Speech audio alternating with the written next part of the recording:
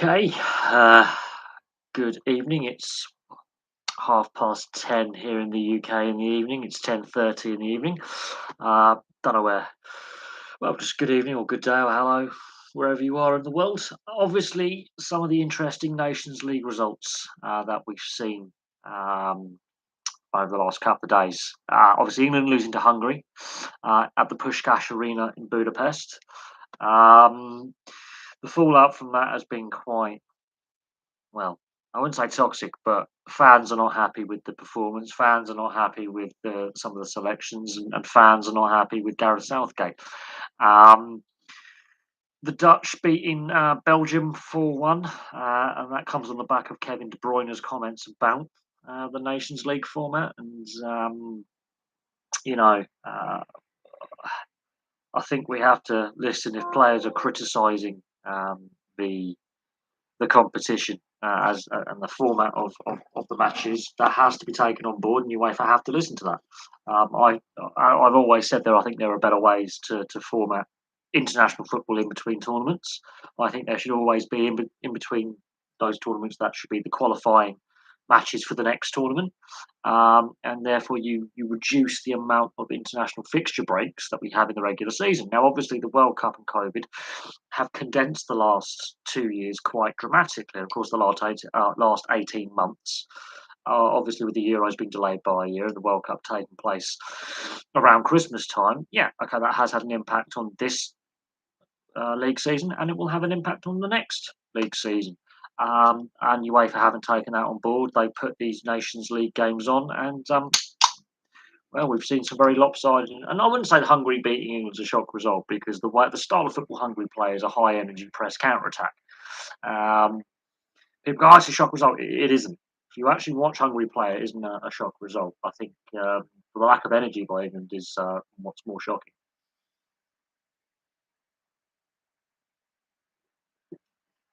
Oh, this energy drink's horrible, but that's all they have. Uh, so there's that. Obviously, there's been a couple. There's been some more subscribers to the channel, so welcome aboard.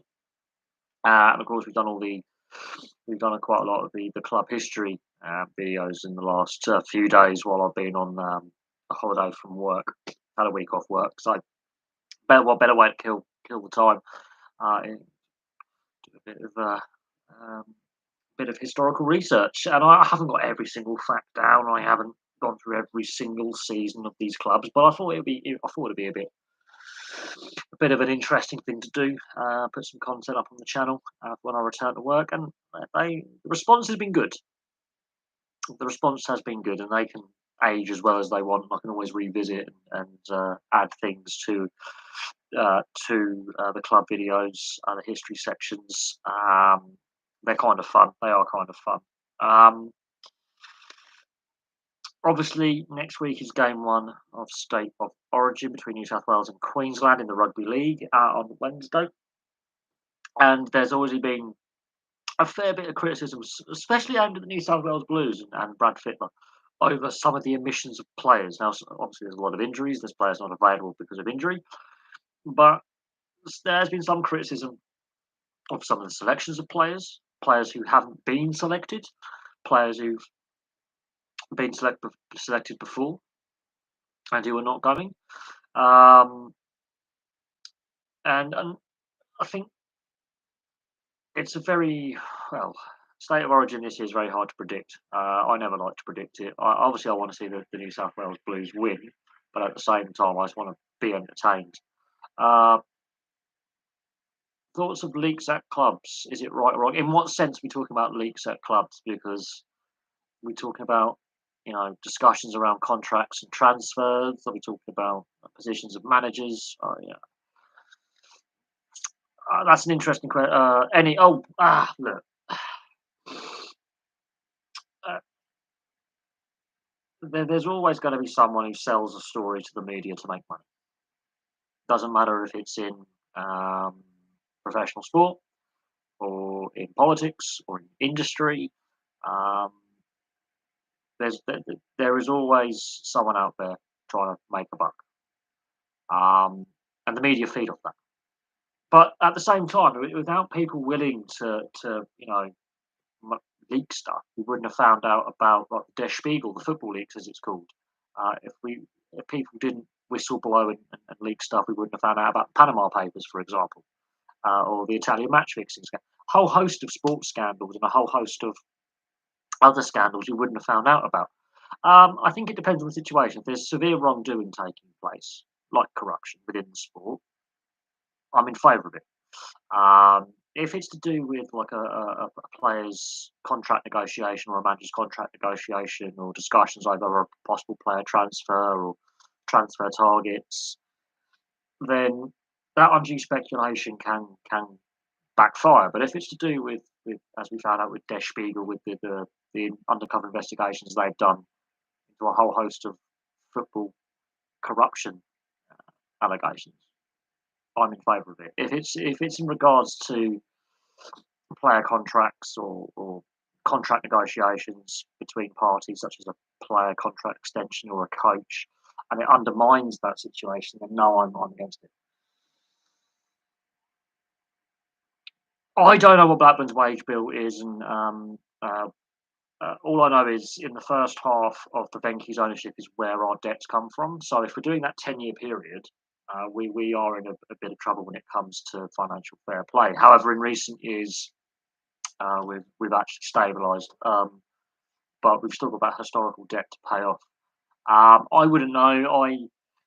I mean, you can find out. You go on company's house, hypothetically, if you really wanted to, or get a freedom of information request, um, because it could be deemed in the public interest. Again, it's difficult because it depends on a whole variety. Football finances, well, company finance is exceptionally complicated at the best of times, and I'm not an expert on mathematics and finance. One of my weaker points.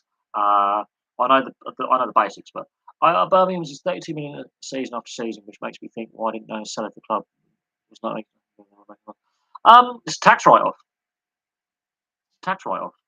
You don't have to pay tax if your company makes a loss technically. Um, you, the only thing they have to pay a tax on is the national insurance on the wages, um, which is technically you, the employee, the player, and the non-playing staff, the coaches, on their wage slips, their monthly wage slips, or their annual salaries. They pay national insurance. And their income tax. They're the ones who get taxed, not actually the employer. Because they're making a loss, they can class that as a tax write-off because they're not making a pre or post tax profit. That's how it works. That's how club owners. They'll only start taking notice if they're pumping their own money in. If it's the club's money and they're using up the club's financial reserves, or they're using the club as leverage to get loans, and they're not putting their own personal equity at stake, then it's the club that's in trouble, not the owner. If the owner's bleeding money, then they would sell, yes. If it's the club bleeding money but not the owner, and they're not pumping their own funds in, then that's different, and that's where directors' tests and certainty of funds and a whole host of other um, complicated financial legal matters get into place. My thoughts on the Channel 4 presenter pundits and the commentators say: A, I don't. Channel 4 online is almost near on impossible to watch because it is such a bad website. It's full of it's just full of it's clunky. I basically my mum was over anyway. I had family over, so I wasn't really going to be watching the sport anyway. I don't watch the sport when I have family over because it's rude. My mum isn't a football fan. She'll only watch it if it's a World Cup or a Euros tournament, for example. It's a Nations League game.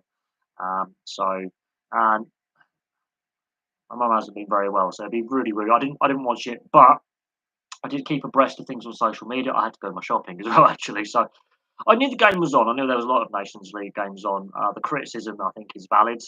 Channel 4, well, we're stuck with Channel 4 for the qualifiers and Nations League games for another year and a half. So Channel 4 have got the Super League, 10 Super League games plus 2 postseason games and some England internationals. We'll see how it pans out. We'll see what viewership figures are like. But from what I've seen online, the response was very, very negative. As the result, the performance got a lot of negativity as well. Um, But after watching the Champions League final with Michael Owen as a presenter, geez, dear God, no thanks, really. Um, but look at the comments by players going into this bout of fixtures. Apart from Scotland, Ukraine, and Wales, where their games actually mean do they qualify or not qualify for the World Cup. Look at player player comments in regards to the Nations League. Actually, look at what De Bruyne said, and look what other players have said about their feelings towards the Nations League format and UEFA basically cashing in. Um, I'm not surprised we've had some lot Croatia losing. Belgium, well, Lukaku goes off injured. I think they finished with 10 men as well, but Belgium didn't play well. Lukaku limps off injured. England lose to Hungary. Now, Hungary, I'm not actually surprised England lose to Hungary because Hungary, the style of football they play, and they're at home. It doesn't surprise me. I think it's the lack of energy and the Jared Bowen was the only player who actually tried, from what I'm reading. So there's a lot of questions over selection, a lot of questions of Gareth Southgate, etc., etc. Channel 4, I'm not a massive fan of Channel 4. There's a reason why Channel 4 has been losing money for a long time. How did I feel after my club were relegated? I mean, which relegation has been? From the Championship. I was quite fearful. I wasn't hurt. I was fearful about the future of the team. But I I think we're in a good position. I think we overachieved the first half of last season. I think where we finished is I think about right. I think we're just outside the playoff places. We're not quite a playoff team just yet. Um, but no, when we ended up in League One, I was deeply concerned about the direction we were going to take. Now, thankfully, we got Tony Mowbray in, stabilised, promoted, and we've been on the edge of the playoffs pretty much ever since, apart from one season where we were lower mid-table. But Tony Mowbray has done a fantastic job. Obviously, we're still waiting to find out who the new manager is going to be. There's a few names being thrown around, but I was more worried and quite fearful of the future of where the club was heading. Basically, we hadn't been at that level since I think the 1979-1980 season or something like that. So it'd been a very long time since we've been at that level of the game. So it was worrying. My thoughts on the Republic of Ireland losing to Armenia. Well, I've said this for quite some time, and Irish media have been going on about this for quite some time. The Football Association of Ireland is bankrupt. The way they handled the Mick McCarthy exit a couple of years ago was disastrous, and they've made some pretty poor decisions for a while. I'm not surprised that they've lost, I'll be honest. But again, we've come to that point in the season where players are questioning the point in the Nations League. So some players are knackered, other players aren't really putting the effort in. I wouldn't say the Nations League is so boring. I just think it's a flawed format. I understand why UEFA came up with a revised international calendar. There's a better way to do it. In the seasons in between, years in between World Cups and Euros, that's when you should have your qualifiers for the following tournament. And then you get rid of these pointless friendlies and these pointless international breaks that disrupt the season every bloody year.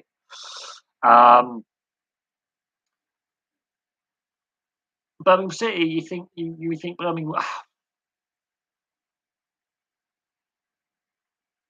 as a sports fan in general and researching your club, I'm surprised by the lack of success in regards to Birmingham City in comparison to West Brom and Aston Villa, your league your nearest rivals, your fiercest rivals.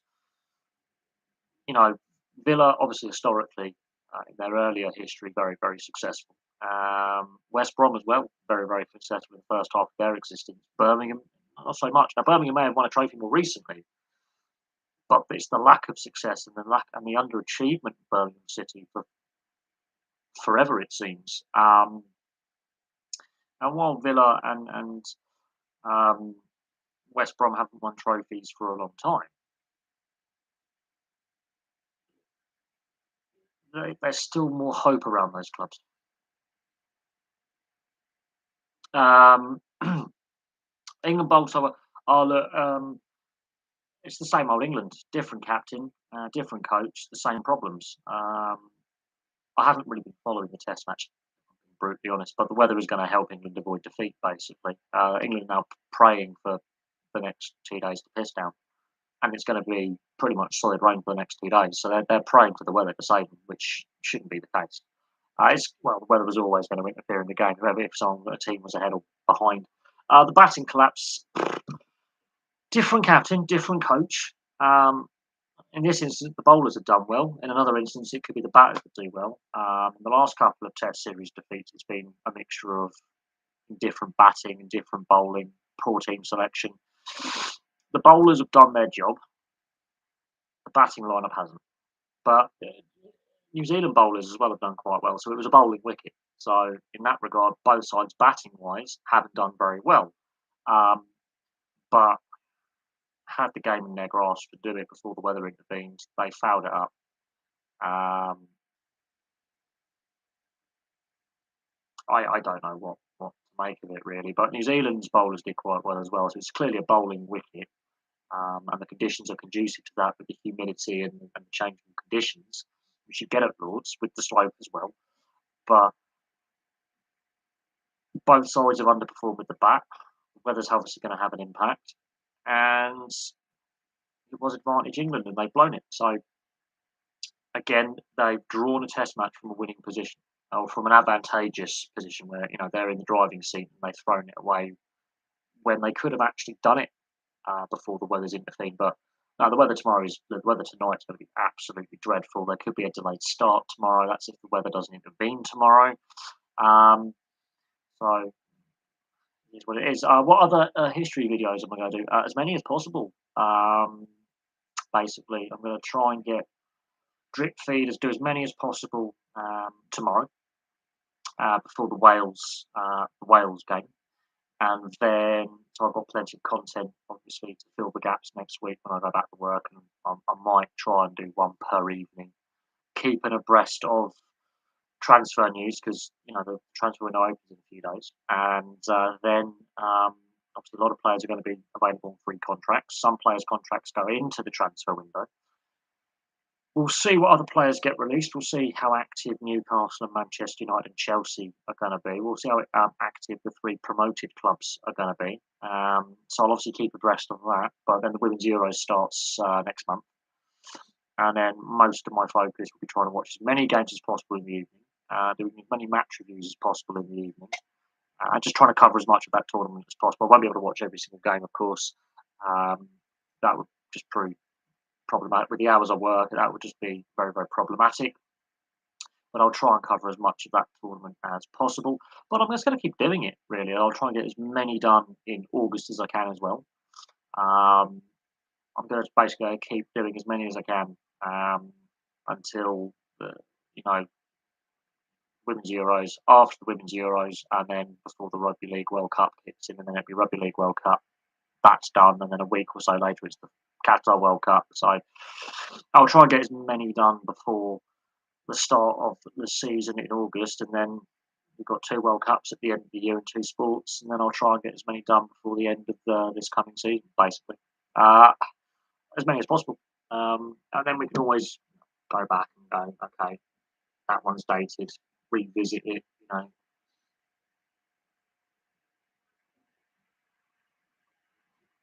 It is what it is. So I'll try and do my best. Um, and it's just a little thing to fill a bit of time. I like looking back at some historical moments. I've got to do a video on the Rugby Football League as well, obviously, because you know that was formed in 1895. Bloody hair. And then just go from there, really. Do you think who's going to win? Sonny Allmore's going to be well, there's been a lot of debate about should we scrap playoffs altogether and just go up with direct up, direct down. I think Solihull, they've just been on an upwards trajectory since formation, haven't they? And Grimsby, they are a yo-yo team. They're either in the bottom reaches of the Football League, struggling in League Two, or they're in the top half of the National League. So with Grimsby Town, they're sort of a yo-yo club as well. They and I don't know. I don't know. I think Solihull Moors have done a great thing. Obviously, they've done brilliantly since they were formed, and then they have constantly improved every season, and they fully deserve where they are to be because of the hard work the club has put in and the players have put in, and backroom staff. And I know they've got a very, very small fan base, and people mock, oh, they're just a plastic club or tiny fan base won't succeed. But how else are they meant to succeed? Every club has got to start somewhere. Grimsby, we'll see what happens. Obviously, at the end of the day, you know, someone has to go up, and may the best team win. I personally think Wrexham should have got promoted personally, and that's where I think like we should go just scrap the playoffs altogether and just go with direct promotion, direct relegation. Like the top three or the top two or the top four in one league go up, and the bottom two, three, or four in the league above go down. I think that's how it should work. But as it is, it's the system we have in place. It's been heavily criticised in the past. There is no perfect system, but I think the fairer system is okay. You know, go through by right rather than a team that may finish hypothetically in the championship seventh.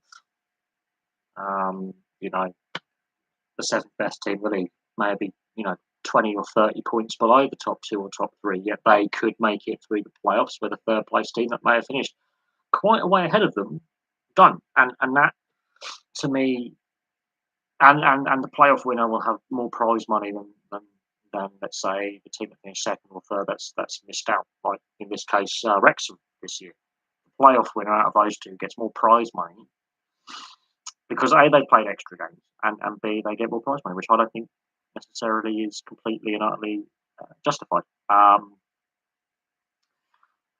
don't know is the answer. I don't really follow league football. I'm more of a cup football kind of fan, and I'm more of a international like, tournament, Euros, Copa America, World Cup kind of fan. I don't really follow um, league play when it comes to football.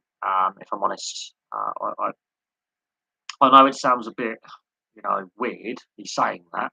Um, I obviously keep abreast of how Blackburn are doing, and we were doing really well in the first half of the season, and then we stopped playing. Um, Manchester City, actually, Manchester City's history is they won trophies before the current ownership. People forget that. It's like people forget with Chelsea, a third of their trophies came before the Abramovich era. A lot of people don't realise how successful some of their teams are. Um, oh, the Trevor Chappell underarm delivery. Oh, that's famous. Obviously, the Australia New Zealand. I think it was in the Cricket World Cup. Um, and that's a very famous moment in cricket. I don't really watch a lot of other sports YouTubers. Really, there's only a handful of YouTubers who deal in sport that I pay attention to, um, and I just do my thing. Away from this channel, most of my most of my viewing is of other stuff. So it's weird though. I don't try and I let other sports YouTubers get on with what they're doing, other sports creators. Although I do follow and support some of them, and I do you know uh, support other creators by subscribing and super chats and stuff. At the same time, I've got to focus on my content. Um, yeah, you could bow underarm. Technically, your arm has to be just in a straight motion. So, if as long as you've got a rigid straight arm and you can ping it underarm, yeah, you just have to have a straight arm. You can't have a bent arm, so you can't throw it. Technically, yes, it's still in the rule, but you can actually bowl underarm. You just can't roll it along the ground like Trevor Chappell did. Liverpool Man United videos will be long. Man United actually they start off as Newton Heath, obviously don't they? And they aren't initially in the Football League until that second 12 batch of clubs coming from the Football Alliance in 1892. So they weren't one of the original 12. And they changed name, and obviously Newton Heath is in a different part of Manchester to Old Trafford, which is technically in Salford. And yeah, that's an interesting one. Liverpool aren't as old as Everton, and Anfield was Everton's original ground, so there's interest. That's an interesting piece of history. Um, the Liverpool one will be like it's like the Chelsea one. I ran out of room. I ran out of room in the note on the page. I want to avoid going on to 2 or 3 pages, but I'll have to think of a way that I can figure something out. But yes, Liverpool's going to be quite a long one. Chelsea was quite an interesting one. They won more trophies before the Abramovich era than I actually realised. Um, and it's. I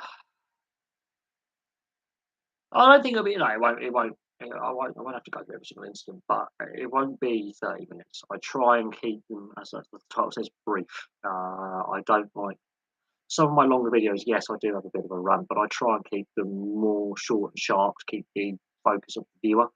It's a deliberate thing, partly because I've got ADHD, so I go off on a tangent, and therefore, it's bearing in mind I have to do it all. I do it all in one take. I don't go stop edit like some other channels do, where they'll pause it, cut a section out. I do it all in one go. I find it easier. It's more fun to do it that way. So there you go. The Forest Green story, is it possible they could get to the Premier League? Not with their current owner. They'll need massive amounts of investment, and they just haven't got the fan base to sustain it. Even when UEFA bring in their new spending rules, which then domestic leagues would have to bring in as well, they just haven't got the fan base to really sustain it. Yes, if they had a wealthy owner who could, just pump money into them, that would take you so far, but it wouldn't be sustainable. You've got to try and encourage players to sign for you. You've got to encourage, neutrals or casual fans to buy into your club, and I just don't see them doing it. They're in the middle of nowhere. It's not as if it's like a Bristol or a Cheltenham, where you've actually got a reasonable sized urban area with good transport links and a thriving community where it would destroy them. They would fold. West Ham, yeah, West Ham and Millwall definitely. I mean, Millwall have come up a lot with club rivalries so far as well, so that's interesting. I've got to do a brief history. I've got to do a history on the Rugby Football League. I've done it on the English Football League. Now we've got it on Football League. Now we've got it on the Rugby Football League, or at least the foundation of the rugby. A look back at the foundation of the Rugby Football League back in 1895 in Huddersfield, because that's a very key moment in the direction of professional sport in this country, and the development of rugby league, and the development of rugby union. They have well fans with the vegan stuff. Look, I don't like that forced narrative and that forced agenda. Technically, if you want to be anal about it, they're actually in breach of employment law. But don't let the lefties know that. Liverpool Everton's called the friendly. It's anything but friendly. It's got the most red cards in the Premier League era, the most fouls, the most yellow cards, and the most disorder. Ironically, West Ham Mill, the derby of eternal hate.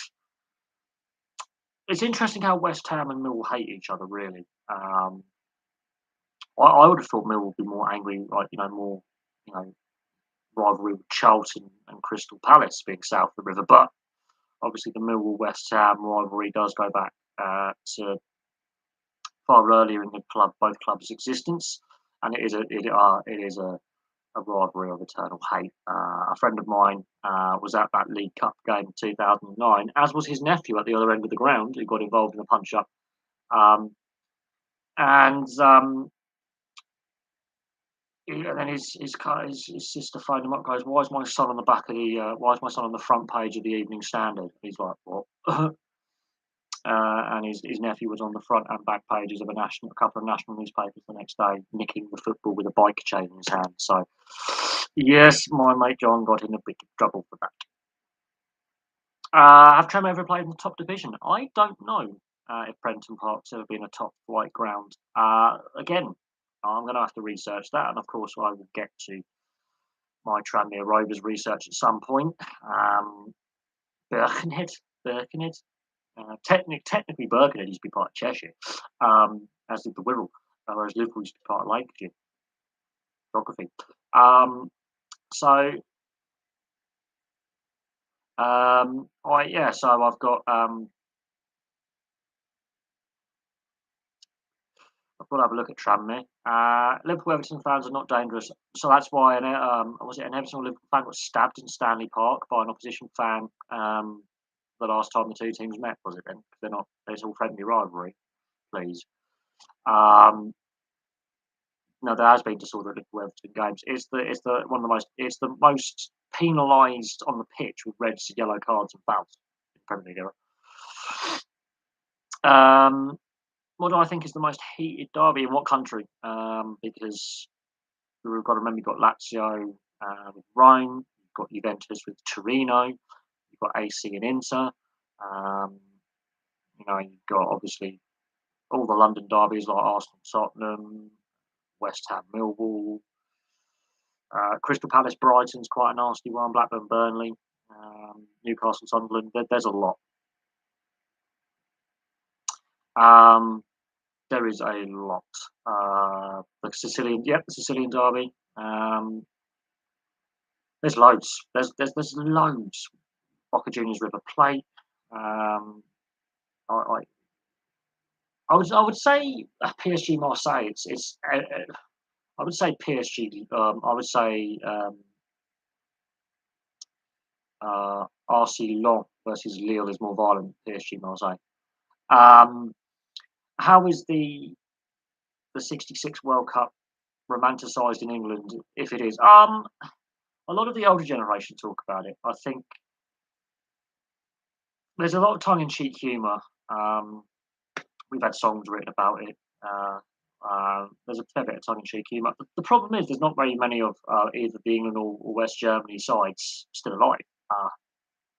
Every year they become fewer, and that connection with the players of the past is fading into memory. But it was an instrumental World Cup for a variety of reasons. It was the first World Cup final to go to extra time. It was the first time extra time had actually been used at the World Cup as well. And if it was still tied at the end of extra time, it would have gone to penalties. It's the first World Cup, I believe, or maybe no, it was the second World Cup where red and yellow cards were used because it was '62 when they first introduced bookings.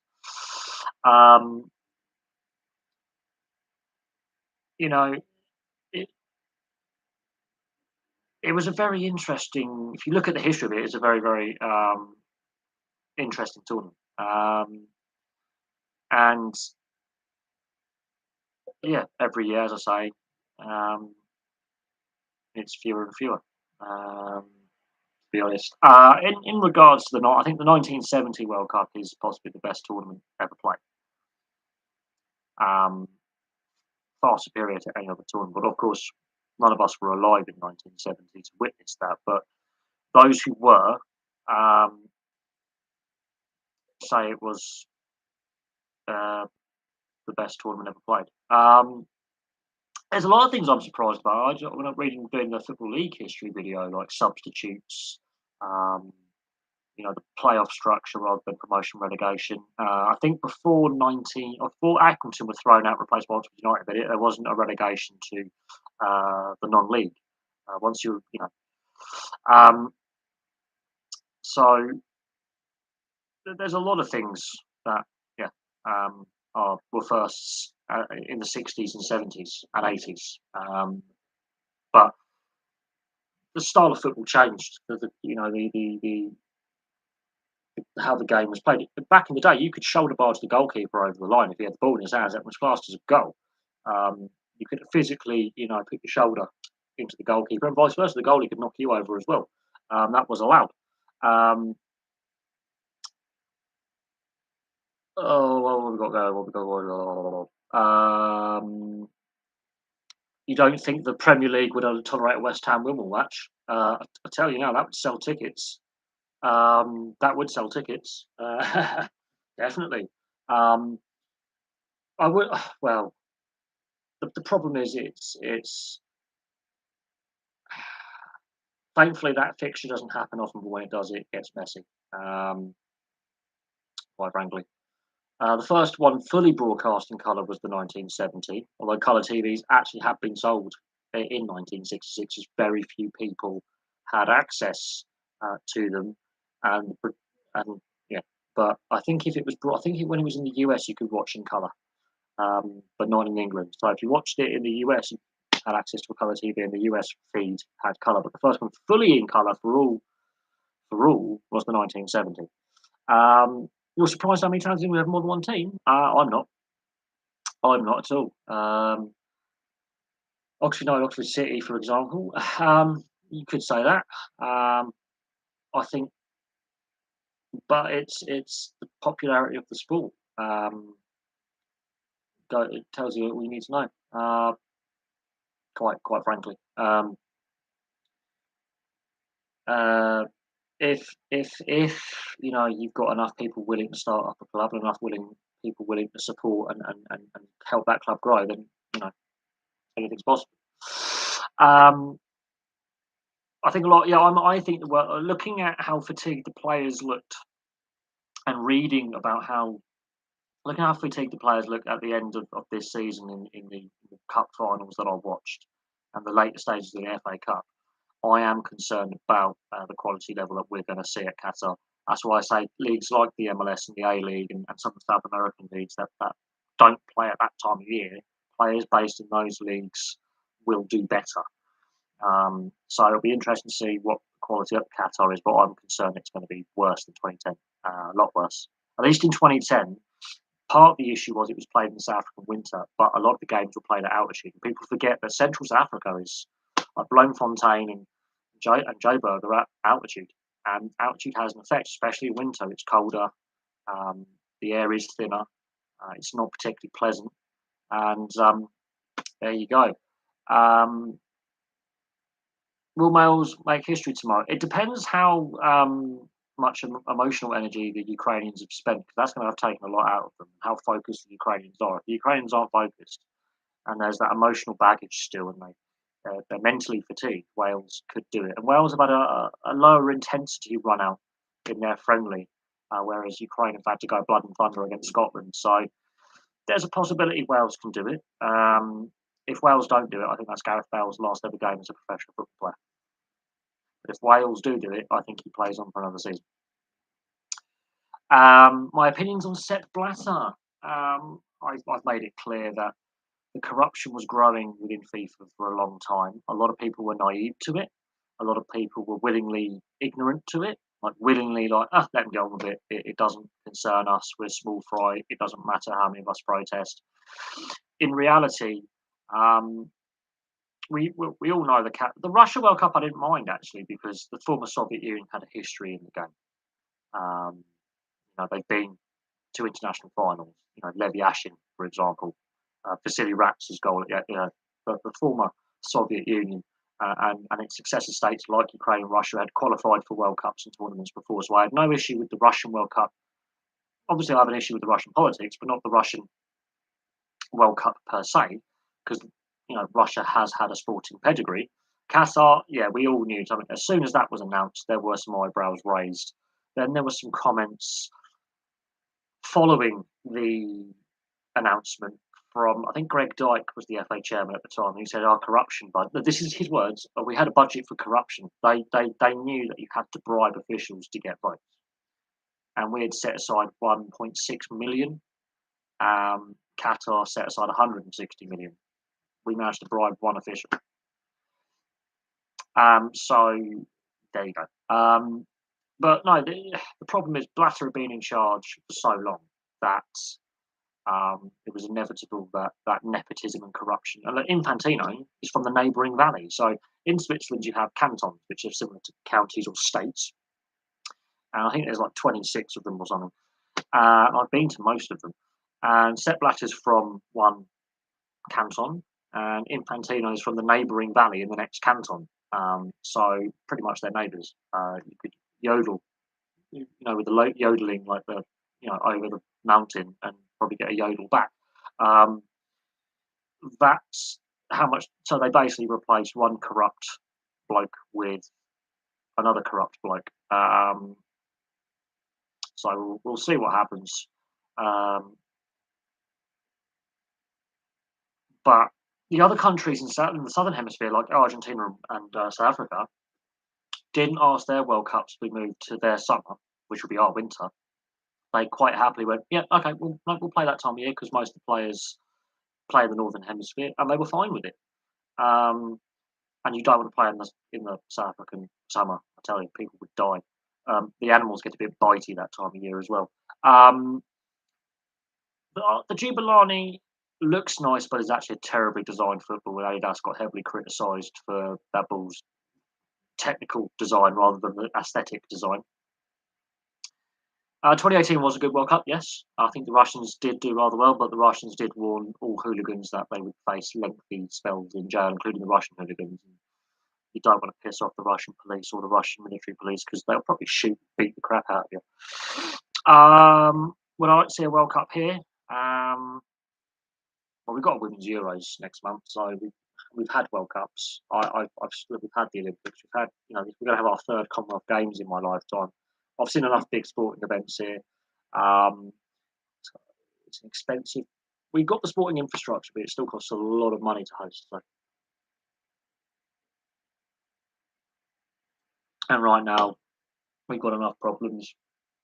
We can't even get our fans to behave, which doesn't look good when you're trying to sell, the idea to your UEFA. Can we have a finals in 2028, please? Considering we were, cheated out of 2 World Cups, can we have a tournament, please? Considering our fans can't behave very well. Will a lot of Qataris pull their money? Possibly, possibly.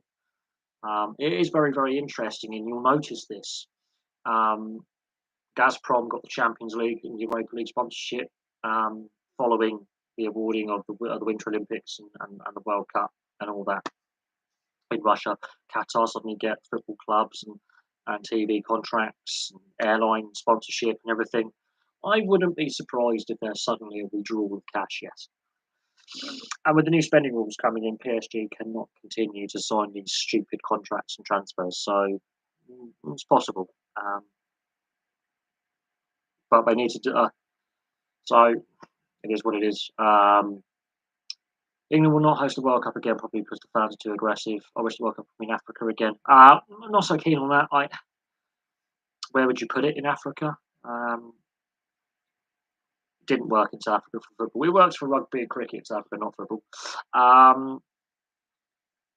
If the World Cup returns to Africa, I don't think there's any other country capable other than South Africa of hosting the tournament. Morocco may be able to push, but they obviously were outvoted in favour of the USA, Canada, and Mexico. I want Italy back in the World Cup. World Cup isn't the same without the Azeri. They weren't good enough in qualifying. How could a FIFA Champions League work? No, too much travel, and the eco mentalist brigade will keep tying themselves to goalposts. So yeah, no.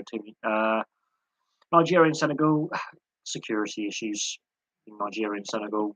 While there's too many security issues, and that is a problem. So for me, it would have to be a joint World Cup between like South Africa and Zambia, and Botswana, and Namibia, possibly, because they're the most stable countries in Africa in the southern end. Morocco. River Plate versus Manchester United. Let's have it. Well, that's River Plate winning 5-0. Predict the result.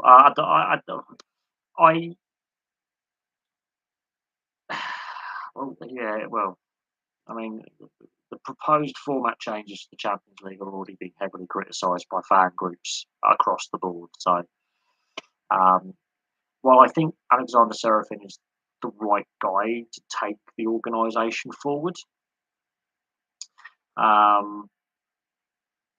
some of the proposed changes that, you know, the various committees within the various brain trusts within UEFA have come up with don't work for, and they don't work for fans. And so Serafin's going to be facing a lot of criticism. A lot of criticism. Um, it'll be interesting to see how this USA, Canada, and Mexico World Cup plays out. If it's anything like USA '94 with the quality, then that might not help the growth of the game. But I do think the MLS is of a far higher quality now. The American fans expect open, entertaining football. I don't think the Americans will enjoy, close, tense, tactical chess piece games. They want to see a 5-4 or a 4-3 or a 7-5 or something. They want to see end to end. Like the MLS is end to end and very open. They want to see football like that. Um, they want to be entertained. They want to see fast, high tempo play. And I think having games in Canada might actually help with that, with the slightly cooler conditions on the coast of Vancouver and the coast of like maybe Halifax or somewhere like that, Nova Scotia, Prince Edward Island, that kind of thing. Um, just having that little bit of or New Brunswick, you know. Um, uh, do I think? Do I believe the USA is the most perfect country to host major sports tournaments? I do. I don't think any other country comes close. Yes and no. It, it obviously depends on your point of view. If you want to obviously have the enthusiasm of, well, America wants to be the best at everything. According to Americans, they are the best at everything, which they're not, by the way. Um, you put the title World Cup in whatever's being played, they want to play it and they want to actually get good at it, which is an incentive for them to go, well, it can't be a World Cup without us in the competition. Um, they definitely have some massive stadiums, massive stadiums. They definitely, obviously, put a lot of emphasis on like the big sports cities. Um, the problem with the US sporting system is it's primarily college based for player development, which is not necessarily a bad thing, but there's not enough grassroots outside of the education system in community development when it comes to sports, which could go a long way to solving a lot of the US's problems. Ironically, I'm just putting that out there. If more communities actually had community grassroots, local leagues, and local mingling between different community groups at a grassroots level, I think a lot of the problems, ironically, solutions could be found socially in America.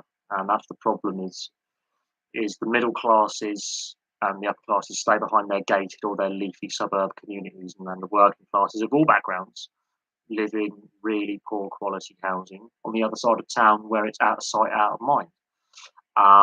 And there's not a lot of cross community collaboration between communities and between, when I say communities, not only working class and middle class and upper class, but also national background. There's pockets of, there's the Italian American community, the Irish American community, the African American community, the Hispanic community. There's not a lot of intermingling between communities, and that is a downside to the US system. Massive downside to the US system, which is why I like the European um, system with grassroots clubs where we bring up from the bottom up. Australia, UK, Japan are better at hosting international tournaments. Australia is pretty good, yes, but they're a sports mad society. But Australia's got its own problems.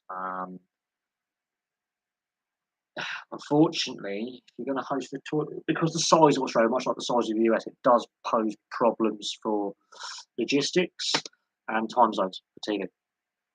But Japan, no, their infrastructure is the best infrastructure in the world. Um, Fastest internet, fastest trains, great interconnected cities, futuristic modern stadiums that've got good ease of access. That's designed around the fan experience. USA have darts in Madison Square Garden tonight. I mean, it's mad. Um, uh, what stadiums in the USA would I like to see? Um, there are some stadiums that are due for some upgrades. I think we've already covered what stadiums I would like to see, or what cities I would like to see. I think Colorado's mile high. That's the Broncos Stadium would be fantastic because then you've got altitude, heat, and a continental summer climate to contend with. So not only have you got to test yourself against the opposition, you've got to test yourself against the um, uh, you've got to test yourself against the conditions. If we had the Six Nations in football, who would usually win it? England, France, or Italy? Oh God, that would be really fun actually. Who would win a Six Nations of football? Well, that completely changes the dynamic. And then who would you say relegate? Scotland, Wales, Ireland. The thing is, when England play the other three traditional home nations, because you've got to have Northern Ireland and Southern Ireland in there because they have different um, football associations. So it'd technically be a seven nations, really. The other home nations always raise their game against England. I don't think England would have it either. No, Ireland. Well, Ireland have actually. I think Ireland have had the women's rugby union World Cup back in the day. Ireland have had the women's rugby union World Cup and did a very good job at hosting it. Obviously, it's a smaller tournament, less infrastructure is required, but they couldn't have a men's tournament too much. China's no, I really wouldn't have anything in China. Public high schools. It depends where your public high school is, and as we've seen, obviously, in recent times, and I don't like to go about this, the number of fatal school shootings. Um, Again, while we're trying to promote intermingling and a positive, one nation kind of culture, doesn't matter who you are. Um, and while the sporting system in America is mostly education based, there is a lot of issues in the US socially at the moment. Hopefully, having like a football World Cup and a rugby union, two rugby union World Cups, both men's and women's, goes a long way to uniting a nation and getting more community involvement. I don't like to criticise a nation, but I'm highly critical of the US gun laws, to be honest. Um, Highly critical, but you can never have a debate with an American over gun ownership. I'm afraid, as I've seen on the internet, just so I try and keep politics off the channel. But I do think that having a World Cup, or having three World Cups coming up in the next 9, 10 years, uh, I hope that goes a long way to at least crossing the divide in communities and bringing people together rather than causing more division and separation. Uh, I'd rather a Six Nations in football than a Nations League. Again, that would have to be UEFA sanctions, and they've gone with the Nations League format. I don't like it. Um, MLS viewership, yeah, that has been mentioned that the viewership is up. I think that's partly to do with the COVID bounce back, and partly, I think, actually, with some of the issues with Major League Baseball. Ironically, I think Major League Baseball and its issues in return to play in 2020. And I know Dan, you are a baseball player and a baseball fan, but I think Major League Baseball having its labour issues and discussions over return to play getting dragged out, the fallout from the Astros scandal, all sorts. I think Major League Baseball's negative headlines over the last 2 years has also contributed to Major League Soccer having bigger viewership figures. Plus, the league has also expanded. So, you've got those new teams like Inter Miami in there and Nashville, which will boost viewership figures because you've got new sports markets where they can also be and also get the local broadcasters who have regional rights to get viewership figures. Um, Couple of horrifying experiences with guns as a youth, so they scared the shit out of you now. Look, I've debated with Americans to death about gun laws and how they say we're all commies over here and socialists. No, it's called social welfare is different to socialism, and unfortunately, too many rednecks with guns and their Second Amendment rights to bear arms um, is they're brainwashed by right wing Fox basically, and a lot of Americans haven't travelled out of their home state, let alone the US. I've travelled extensively and I've lived across Europe. I've never felt unsafe. There you go. I've never felt unsafe in Europe. I've never felt unsafe in a big city, even though there is crime going on. Um, so there you go. I understand that. I mean, I've fired rifles, shotguns, pistols. I've been a member of a shooting club. I've fired all sorts of firearms. Always on a firing range. I only know three people who own firearms. All the people I know, and you've got to go through police checks on a yearly basis. You've got to have them locked up in a visible location in your property. You have to have regular checks with the police going around your house. Even if you get a drink driving offence, you can actually lose your ability to own firearms. So there you go. Um, the only reason they'll what about Portugal? The World Cup's expanding, and Portugal doesn't have the sporting infrastructure. It's a small country. They would have to co-host with Spain, and Portugal and Spain aren't necessarily the best of friends. Um, Only reason they'll pull the Nations League if it doesn't bring enough money. Well, after recent results and a lot of fans and players criticising the format, maybe. Um, First off defence was shocking from England. I didn't watch the game, but I've read the match reports and I've been on social media, I've been on fan forums. It's not a pretty place right now. There's a common theme with Gareth. Yeah, there's a lot of people criticising him for this political agenda that he's got with the team. He is following instruction from the FA, and I think it's starting to have a negative impact. I think fans have started to have enough of it. I think it's causing problems. The MLS is now taken seriously. Yeah, I find it entertaining. And Ibrahimovic proved that it isn't just a retirement home because he's gone back to Europe and he's proven it in European leagues again for the last couple of years. So, I mean, MLS is entertaining. It's definitely massively underrated as a league. But a lot of Europeans scoff at it. But a lot of the European leagues aren't taken seriously by a proportion of fans in Europe. They scoff at the German league and French league. That's one of the reasons why I did the Kaiserslautern video, because they are your average. They're like the Leicester City of German football. They've won titles, but not many. But when they do, it sends shockwaves through the sport. They have a little purple patch and they go away again. I actually think the 2014 Germany side is better. Well, yeah, that France team in 2018 got a lot of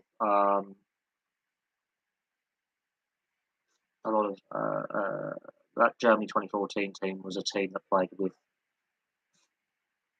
an un-German style. So the press then talk about that instead of what's happening on the pitch. I do think, look, yeah, well, I haven't watched the game. I can't comment on the actual performance. I can only comment on the fan reaction, and it's very negative towards England. So the press then talk about instead of what going off an educated point, what club side would you equate the England side to in terms of talent level? It's not. That's a difficult one. I'm going to say like Wolves or Crystal Palace. Got some talented players. However, it's not not working. They've got the players there to do it. I wouldn't know. Spurs. Actually, yeah, Spurs is a good one. Underachieving. There you go. getting close, getting semi-finals and finals, and not winning. There you go. And there is a heavy Spurs influence on this team at various points under Gareth Southgate. Heavy Spurs influence, not as much as they used to be, but a heavy Spurs influence. Do you think if you were still on the touchline watching 2018 and it'd be 2021, right, would you be troubled? I would make different changes. Southgate made some tactical blunders. Um, tactical blunders. Big discrepancy between Palace and Chelsea. Yeah, Palace have actually never won a trophy. At least Chelsea have won a lot of trophies. I had to do the Palace history because they've come close to winning several major trophies, and again, just not quite getting over the line. But at least they entertain us while they're doing it. Will Spurs win anything soon? They've been quite cheeky in the players they've signed for nothing. Perisic is a good signing. Fraser Forster, if anything was to go happen with Hugo Lloris is a damn good goalkeeper. Hopefully, he can stay injury free because at points he will be needed. I'm not so sure they'll win anything, but the best. I think they have to win something soon with the core of players they have. If they don't, then questions will not be asked of Conte because he can only do what he's got tools given. He can only work with what he's given. And they haven't spent any money in the transfer window. They've picked everything up on a free at the moment. So that is interesting that Levy's not giving him money to spend.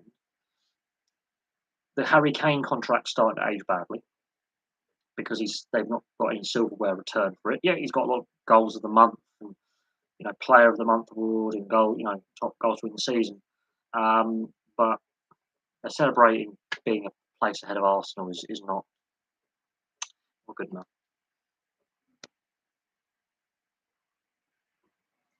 Oh, Spurs actually have a really good. They do have a good team. They can't seem to be consistent enough throughout the season, and they seem to run out of steam with about a month and a half left. I remember when Kane should have squared it to Sterling. Yeah. Right, look, I can't comment on the game that I didn't watch, but what I can safely say is that some crucial decision making is lacking there. Kane hates the hammers. Kane is the problem in this team. I wouldn't say I don't think he's the right guy. I think Jordan Henderson in my mind should be the captain.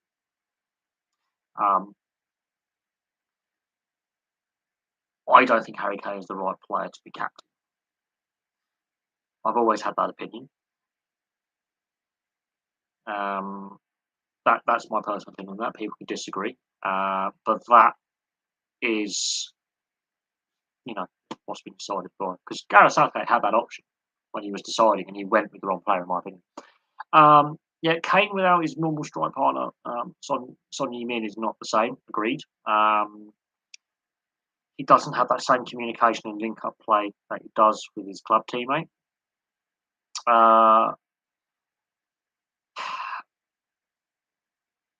Is Ancelotti underrated as a manager? No, he's very well rated. Personally, Tammy Abraham sat on the bench when we need a goal, and he brings on Phillips. Calvin Phillips is not the problem here. Okay, Calvin Phillips is not the problem. He's a very, very good box-to-box midfielder.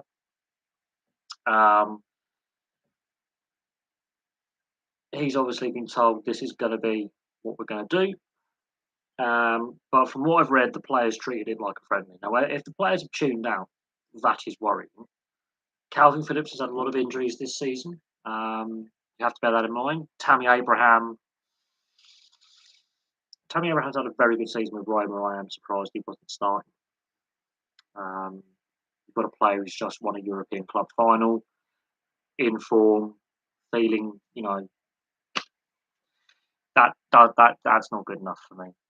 If you've got a player who's just come off the back of winning a European final and having a return to form, a really good season in a league which is famed for its defending, and he scored a lot of goals,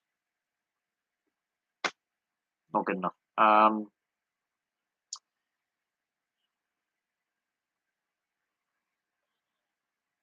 But I would say this: Calvin Phillips isn't the problem.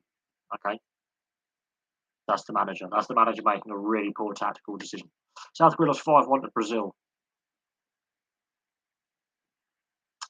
I don't know why they decided to do an Asia versus South America friendly, but this was what fans were criticising before the Nations League was brought in. These really stupid, bizarre friendlies for some reason. There are better ways to fix the format, but and it's about that, isn't it? The Korean FA wants a bit of cash. Well, they're not poor. The Brazilian FA wants a bit of cash. The Brazil got the best players. Korea's got all the corporations with the money. So that's all about that, really. What do I value most, winning or entertaining? A bit of both. If you can win whilst entertaining, then you've got the mix right. But getting that balance right is notoriously difficult. Notoriously difficult. And you know, I think the players are tuned out, but I also think the players are absolutely shattered. I think that's and a few of these Hungarian players play in top leagues as well. Let's not say these Hungarians aren't good players; they are.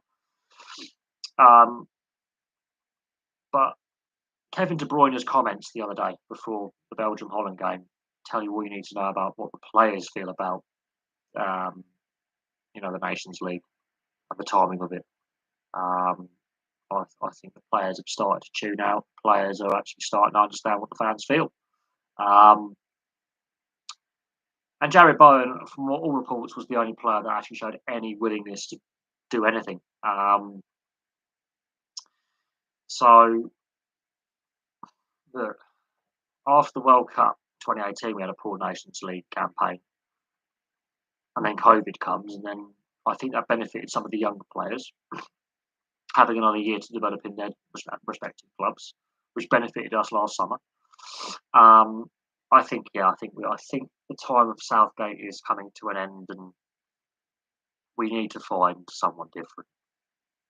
Unfortunately, Eddie Howe is now tied up with Newcastle, and that's the manager I would have gone with. Uh, and Graham Potter, I don't think Graham Potter wants to get the poison chalice. I think he's very happy at Brighton, and the progression they're making under him is clear for all to see. They are a really good team to watch, and they could be dangerous in a cup competition. I think Brighton may pull off a cup double at some point, or win one of the domestic cups. I've got a bloody insect bite in my fucking ear. That is annoying. Look, um, the fact that Graham Potter is trending, he's obviously watching this, but I think the Brighton board would be trying to tie him up with a tweak to his contract, saying, "Well, here's your get out clause. They've got to pay a stupid amount of money." I think Graham Potter's very, very happy at Brighton. Every time there's a manager under pressure or a managerial vacancy, his name comes up, and in my opinion, that that that that shows the regard he's held in. But I think he wants to win some silverware in England. He's done it in Sweden. I think he wants to win some silverware in England before he becomes an international manager. Um, Man City are a real club. It's just I'm not sure all the fan base has bought in since the takeover. All those years ago. Um, Less is more. World Cup better every 4 years than two. No, I like the current 4 year cycle. It works for Olympics. There's a reason why they also moved the Winter Olympics from a 2 to 4 year cycle. Athletes were going, no, this is too intense. We're having problems with a 2 year cycle. Um, and organising cities were like, we haven't got as much time as we would like to prepare for the Winter Olympics. So 4 years is better than two. And FIFA realised their mistake in trying to push that 2 year proposal. They very quickly backtracked when they saw the negativity. Um, Stevie Cooper, Nottingham Forest, he's just got them promoted, for Christ's sake. They're going to be mad to get rid of him because he's got a good relationship with the players at the club, and the club want to stay in the Premier League. So you'd be mad to go. Thanks for promoting us. Bye. No, not Forest won't let go of him. Graham Potter won't be going from Brighton. Eddie Howe, I think, is very happy at Newcastle. And the Newcastle players have responded to him. So I don't think any of those clubs want to part with managers that have had pretty good spells with the teams. And the only other one I can think of who would give 110% and wouldn't be tactically inept and actually, give his go is Chris Hughton. No, seriously, Chris Hughton. People go, "Oh, he's not a great manager." He hasn't been given great sides to play with and manage. But Chris Hughton, I tell you now, Chris Hughton would grab that with both hands, um, and that would be a fantastic appointment because he knows what it's like to be an underdog and undervalued and not treated well. Chris Hughton, there you go. There for me is someone who should be considered. And people go, "Oh, but he hasn't won anything as a manager." Neither Southgate, they got him. Neither Roy Hodgson, they had him. Um,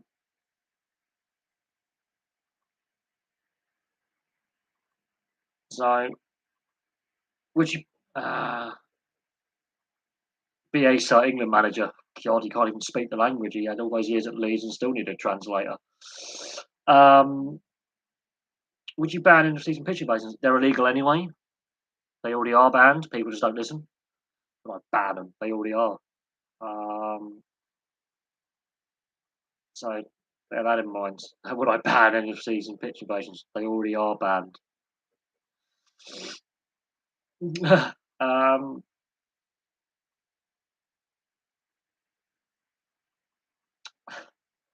would I ban them? They already are. Just no one listens. It's like banning smoking on public places. When I was still a smoker, I'd still smoke at the train station. I just wouldn't care. So I'm on camera. They just tell you, put your cigarette out. Yeah, I'm gonna keep smoking. Thanks. Um. Oh, I got asked the question. What are my favourite five stadiums in Australia, or stadiums I want to visit? The MCG, the SCG, um, the new Perth Oval that replaced the WACA. See where I'm going with this, can't you? AFL and cricket. Marvel Stadium. I want to see. I want to see Marvel Stadium in Melbourne as well. And I because it's the newest stadium in Australia. I just want to see the Queensland Country Bank Stadium in Townsville, the replacement for 1300 Smiles. Um, so the new stadium in Townsville, Marvel Stadium, MCG, SCG, and the replacement for the WACA, the new Perth Oval.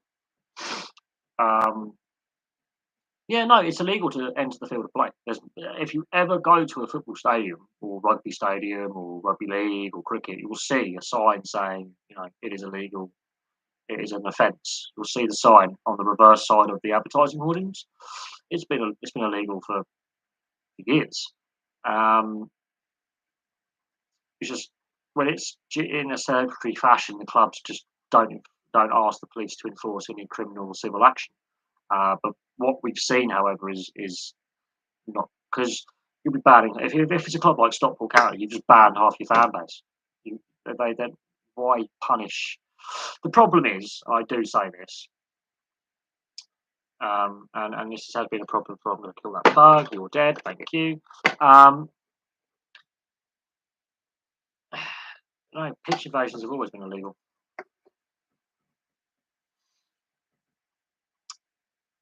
Uh, Always have been, as far as I can remember. I don't know when they brought that rule in, but as far as I've been, yeah.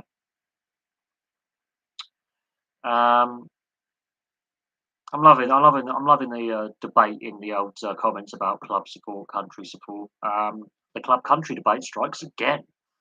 Um, Look, I'm a Blackburn fan, and while it would be fantastic to see England actually win a tournament and not come to semi-finals and finals in my lifetime, because we've been to three semis and a final in my lifetime. Um, I just like seeing the underdog do well. So I'm looking forward to seeing Canada at their first World Cup since '86. I'm looking forward to seeing some of these smaller nations or lesser nations, I wouldn't say one smaller, do well. Do I have a local team right now? Well, I live how many miles? I think about 3, 4 miles from Reading Football Club's training ground. It's a fantastic facility, built on old MOD land on the edge of Arborfield, near the old Royal Electrical Mechanical Engineers base. Um, the MOD used to own some land down the road, and my other local team is Maidenhead United, and I used to live just over a mile from their ground. Well, actually, no, under a mile from their ground at one point. So I spent a year in two different locations living in the Maidenhead area. And I used to live right by Maidenhead United's ground. A good friend of mine lives by Exeter City's ground, or did. His dad still does. Uh, the other St James's Park, as I like to call it, baby St James's Park. My aunt's design studio is in between the old Highbury and the new Emirates. So every day at work, she gets the tube to Highbury Tube Station, walks past the old Highbury to um, the, literally right by the Emirates Stadium. Um, One of my friends, his apartment overlooks Aldershot Town, and that's another reasonably local club that I can get to in about 45 minutes on the train. So when Aldershot are playing, I can get the train there. Um, so I'm kind of lucky with where I am. Reasonably lucky. I mean, I could hop on the train at Reading and um, go to Swindon. I can get to Oxford reasonably easily on the train. Yeah, I remember Ravanelli, Del Piero, a young Zidane, quite a few players actually. Edgar Davids was one of my favourite players. Um, no, I find I have a lot of fond memories of Italian football in the 90s. For my formative years, a lot of fond memories of Italian football in the 90s. Um, a lot of people did. It was the best league at the time. It was the best football at the time, and yeah, a lot of fond memories. But times change, fashions change, quality of sport changes, and Italian football went through a decline, and it's starting to climb back up again.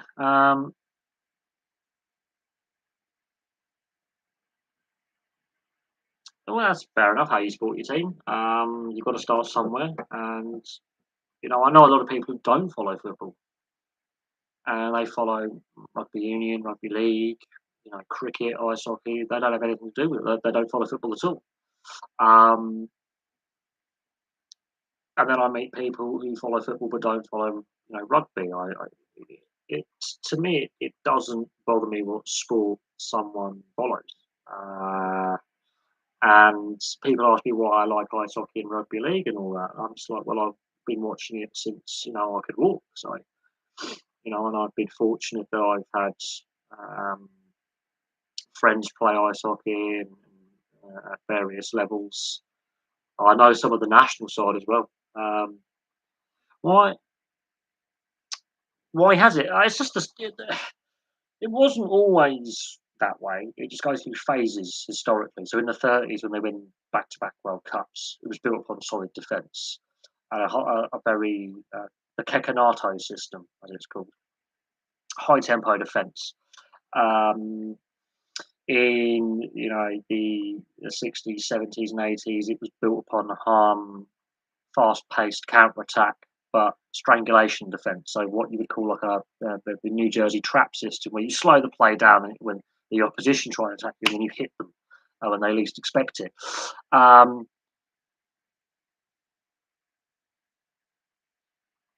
and and then the 90s was that the 80s and the 90s Italian football had this explosion of foreign players going to the Italian league, and so the Italian style has to adapt. But back in the 90s, they went back to that solid defence counter attack style. 2006, they played a very pragmatic style. So there was depth scoring. They had pacey wing backs, creative midfielders, strikers you could snipe in the box. So they changed their style again. Last year at the Euros, they played a 4-3-3 style, high-paced counter-attack, and high-paced passing. So the Italians are one of the more pragmatic um, kind of players. Um,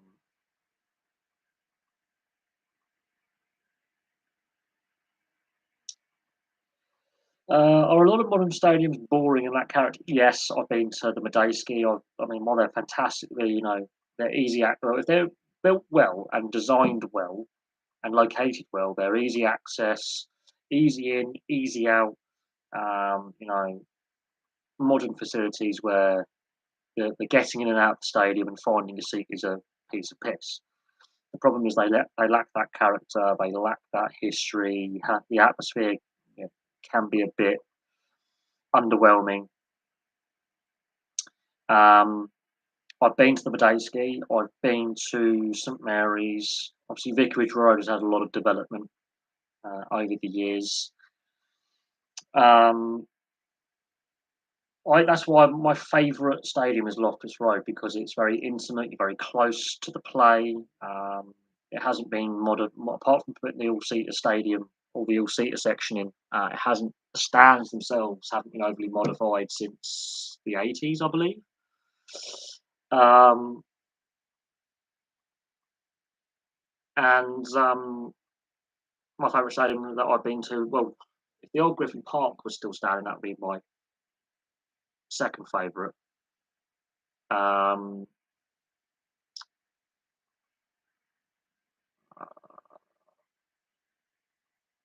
but no, my favourite stadium that I've been to is the Loftus Road, Fratton Park. That's an old stadium. It's had modern modifications, but Fratton Park is another stadium that I find has a good atmosphere. They've modernised bits of it. They've done improvements, but it's still a very old. There's passion there. And, the fans have lived and breathed every moment in that stadium. Stadium I'll bring back. Um, the Dell would be a stadium I would bring back. The Old Elm Park at Reading. Um, Jesus. Main Road, Manchester City. Um,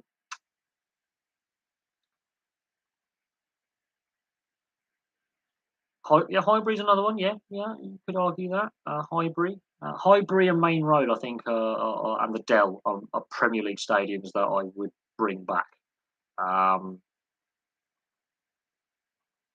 just because the atmosphere was better, not because they were good quality stay. I mean, the Dell was a rickety old place. It's really old by the time it got knocked down. It did Filbert Street and Highfield Road, Filbert Street and Leicester, Highfield Road at Coventry. Some clubs have made mistakes with their stadium redevelopments, and while the Emirates is a fantastic facility, it does lack a bit of soul inside. Um, Sampdoria Stadium looks like it was a madhouse back in. Most Italian stadiums were a madhouse back in the mid '90s to mid 2000s. Um,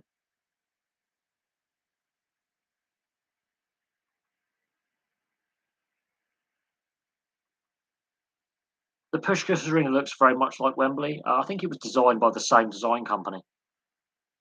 Do I think Matt Le Tissier wasted? No, I think England managers overlooked his talent. Matt Le Tissier did not waste his talent.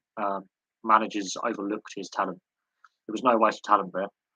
He was a very, very technically gifted player who was very. He could have left Southampton at any time. He decided to stick with them. Fair play to him. Very few players like Matt Le Tissier. He got overlooked because he played for Southampton. No, I think he was loyal to the. He was loyal to that club to a fault. He could have done what Alan Shearer did and moved on to another club and had a better chance. I mean, imagine him in the Newcastle side of the mid to late '90s, or that Blackburn side in the mid '90s, or they could have fitted him into the Man United team, or that Arsenal team, or that Chelsea Cup team before. Imagine him at another one of those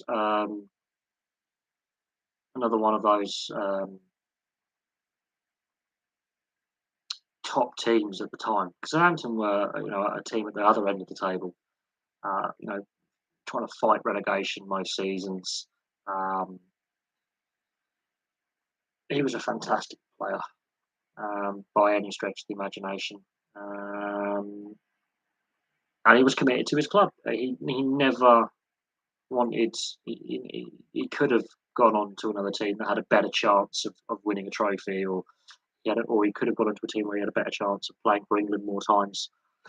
England managers overlooked what he could do in the game. Could he have gone to that Leeds side and got them over the hump? A lot of these what ifs. Brilliant player, criminally underrated, criminally. Um,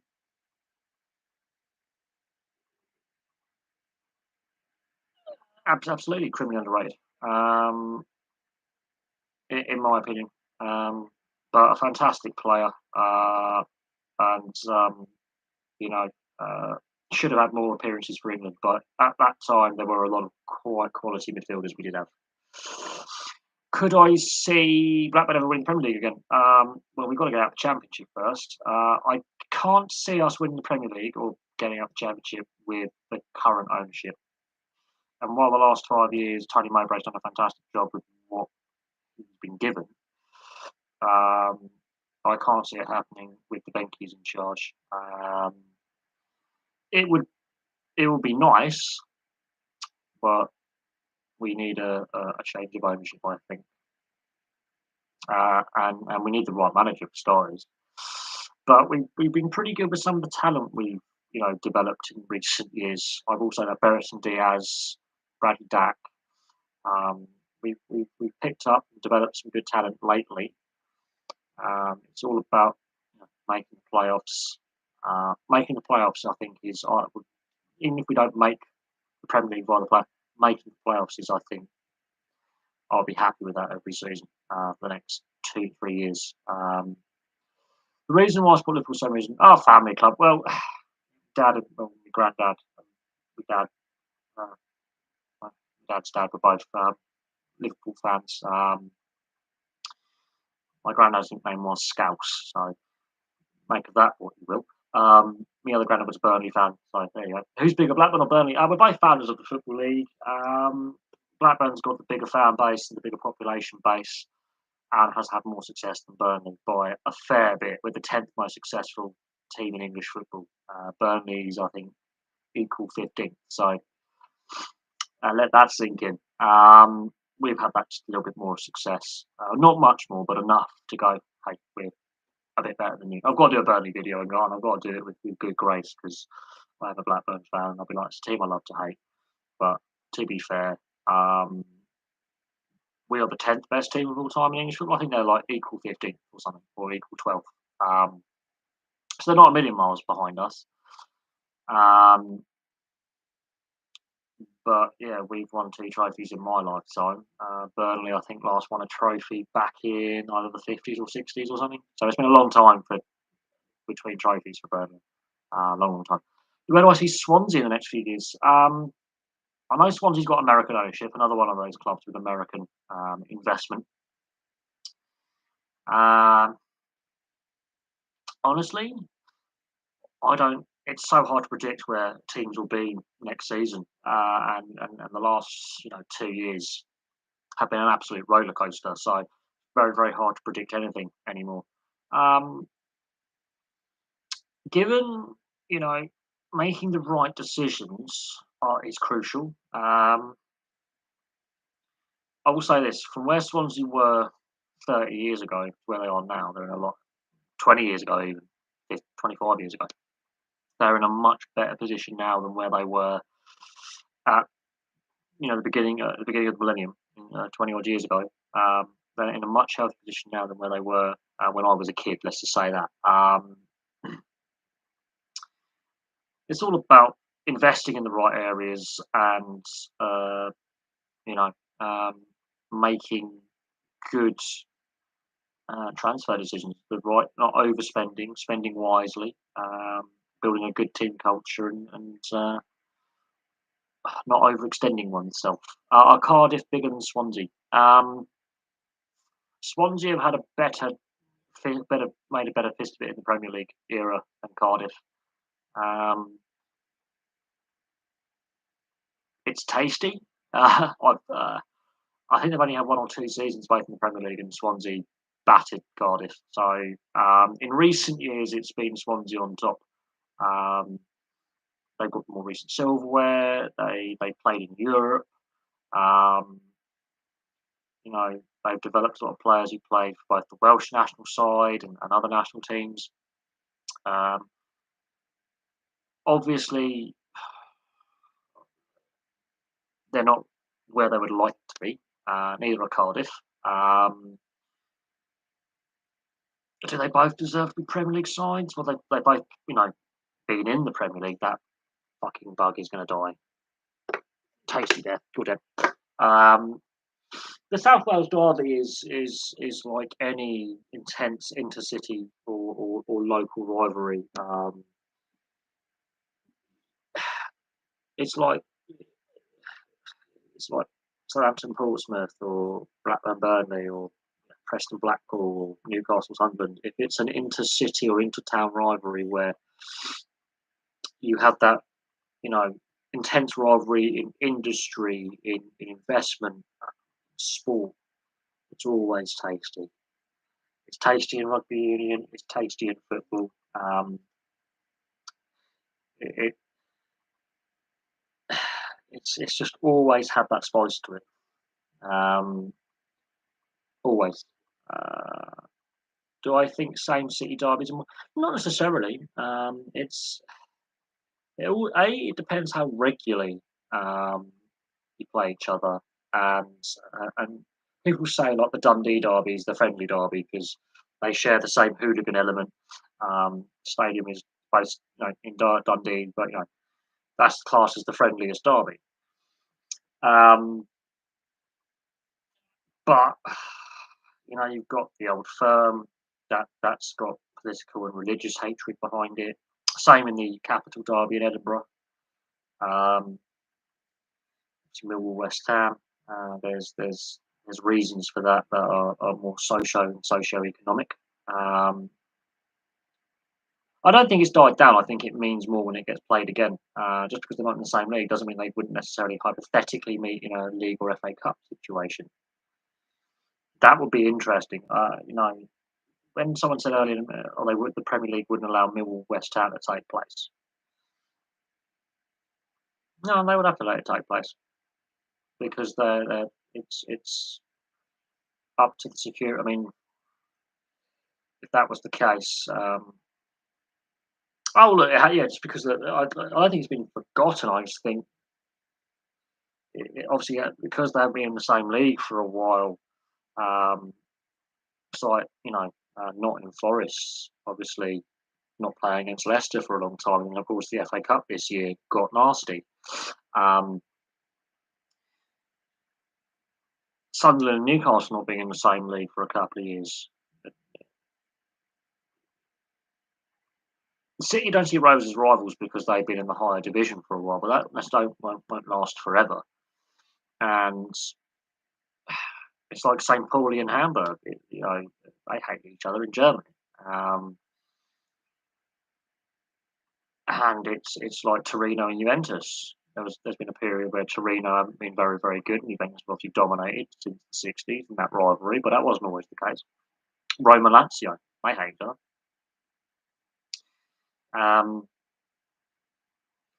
But it's simply because they haven't clashed regularly for the best part of 20 years. But imagine if they were to meet in one of the two cup competitions this coming season. That will get nasty very quick. It's like when Nottingham Forest met Leicester this season. The players were motivated, the fans were motivated, the media hyped it up, both local and national. So you bet your bottom dollar when if that was to happen in the league or FA Cup, I tell you now that game will be a sellout. Imagine the League Cup with a sellout in the first round of the League Cup. Bristol Rovers versus Bristol City. Bloodbath at Ashton Gate, for example, or wherever Bristol Rovers home stadium is. That would be a very hostile atmosphere. very hostile atmosphere. And yeah, who I mean, who in '96 didn't like the Bath recreation ground get burnt down, where one of the sides was playing or their stadium was redeveloped. I mean, that, you couldn't make that stuff up. And yes, in the '90s it was the other way around. And yes, you can argue with a lot of justification. Luton Watford, ooh, oh dear. Luton Watford, oh dear. Um, Again, that's another rivalry that's going to be heated this coming season because Watford have dropped down a division. Um,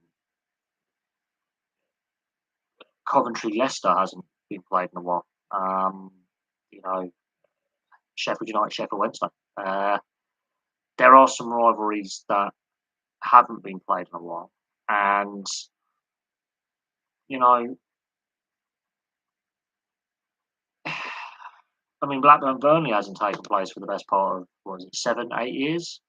That's regardless of the situation with Burnley. I mean, that's going to be heated as hell. Um, so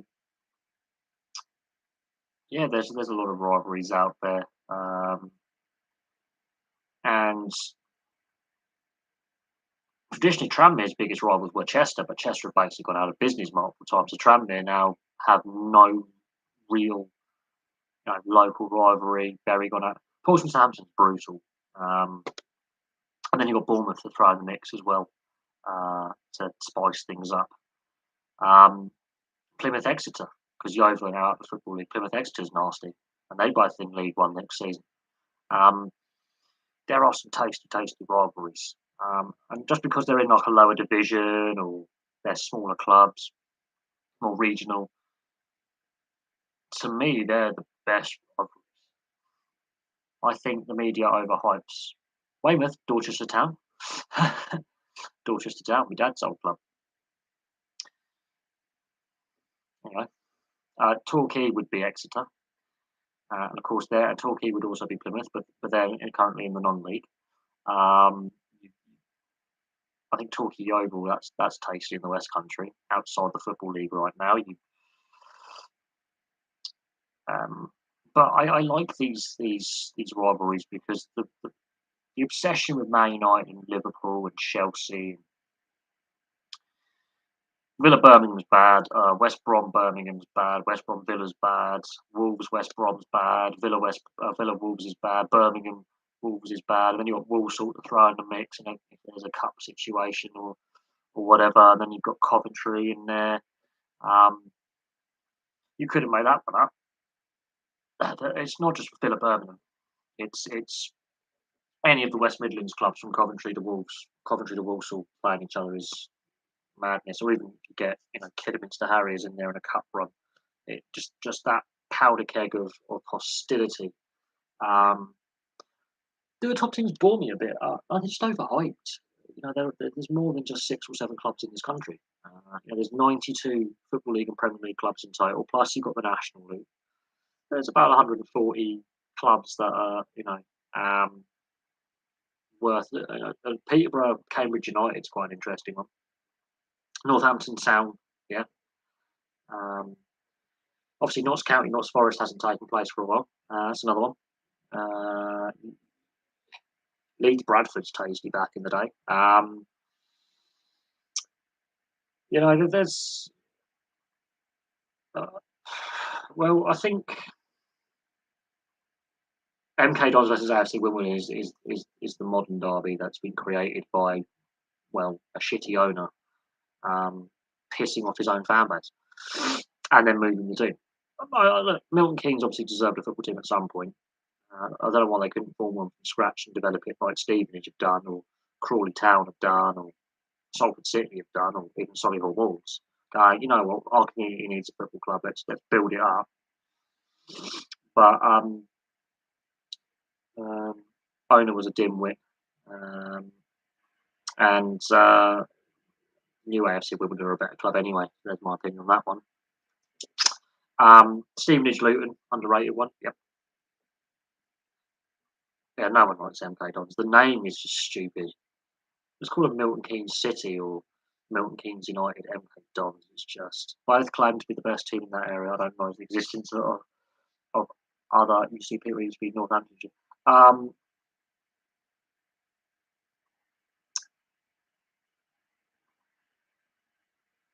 well, there's county changes, isn't it? I mean, half of Oxfordshire used to be in Berkshire. There you go. No, as I say, I love watching the local little rivalries. They're fun.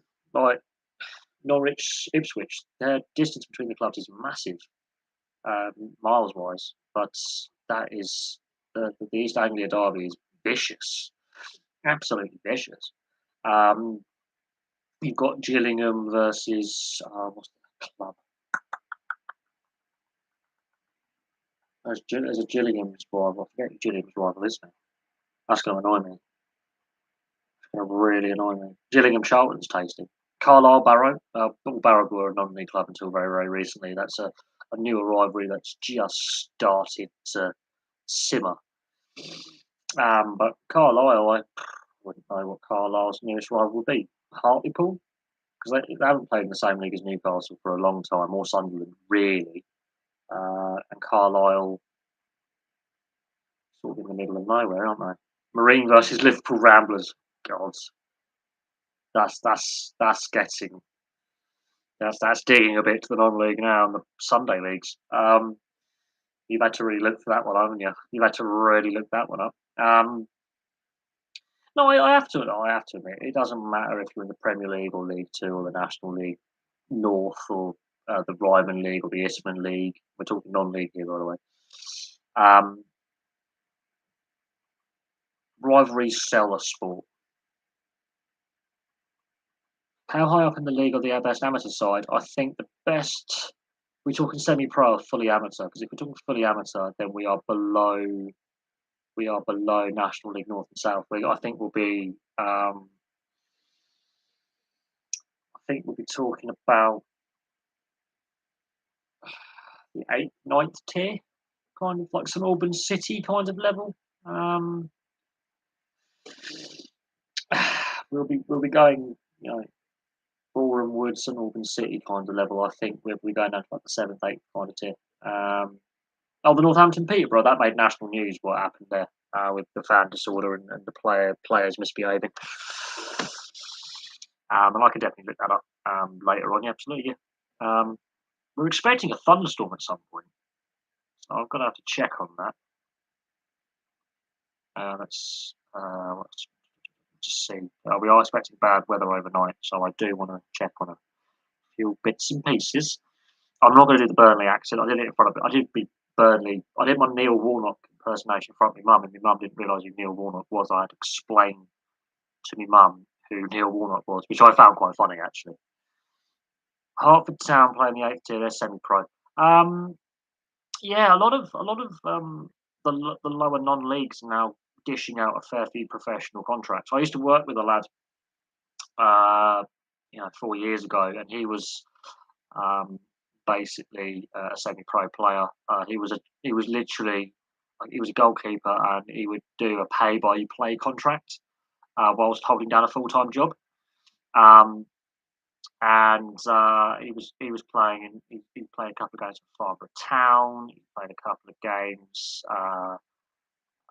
for a few teams around Hampshire actually, and Surrey, but they needed a player. Any crazy non-league derbies at the moment? It would be you would have Weymouth Dorchester Town. You would have Yeovil Dorchester Town would be one. Um, I can't really think of any at the moment. Wrexham Chester um, would have been historically in the Football League. St Albans City, Hemel Hempstead, that got tasted in the FA Cup this season. Um, there's a few floating around, um, but again, the depth that we have in the sport in this country is ridiculous. Absolutely ridiculous the depth we have in this country, and it's like going to Australia with rugby league and Aussie rules. Every state and territory has its own, you know, league at the level below what we call first grade. Um, Dartford Maidstone. Maidstone United used to be a football league club, and my dad had a trial for them in the mid '80s. Maidstone United were a football league club. They're Gillingham's big rivals. Um, the Grimsby Scunthorpe, although yeah, now Scunthorpe could be playing Grimsby next season. That could be interesting if Grimsby fail to make it out of the playoffs. There are some derbies down there in the lower leagues that for the fans it's Mansfield versus Chesterfield, Mansfield Town versus Chesterfield. That's another one.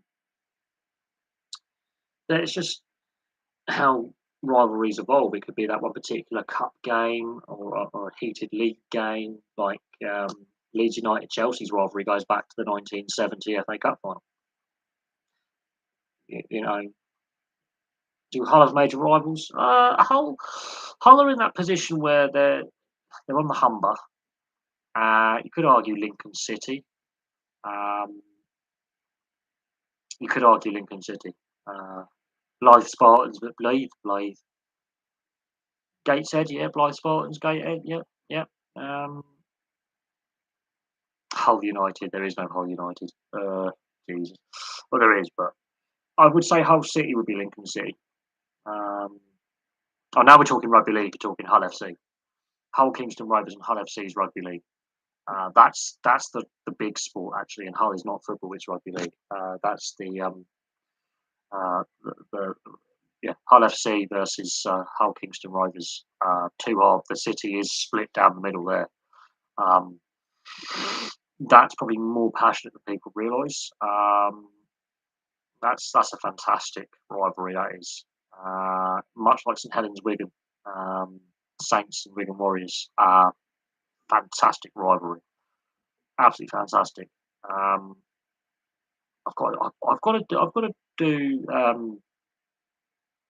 have a better crowd than Wigan for football. Yeah, it's weird because Wigan and Hull are both obviously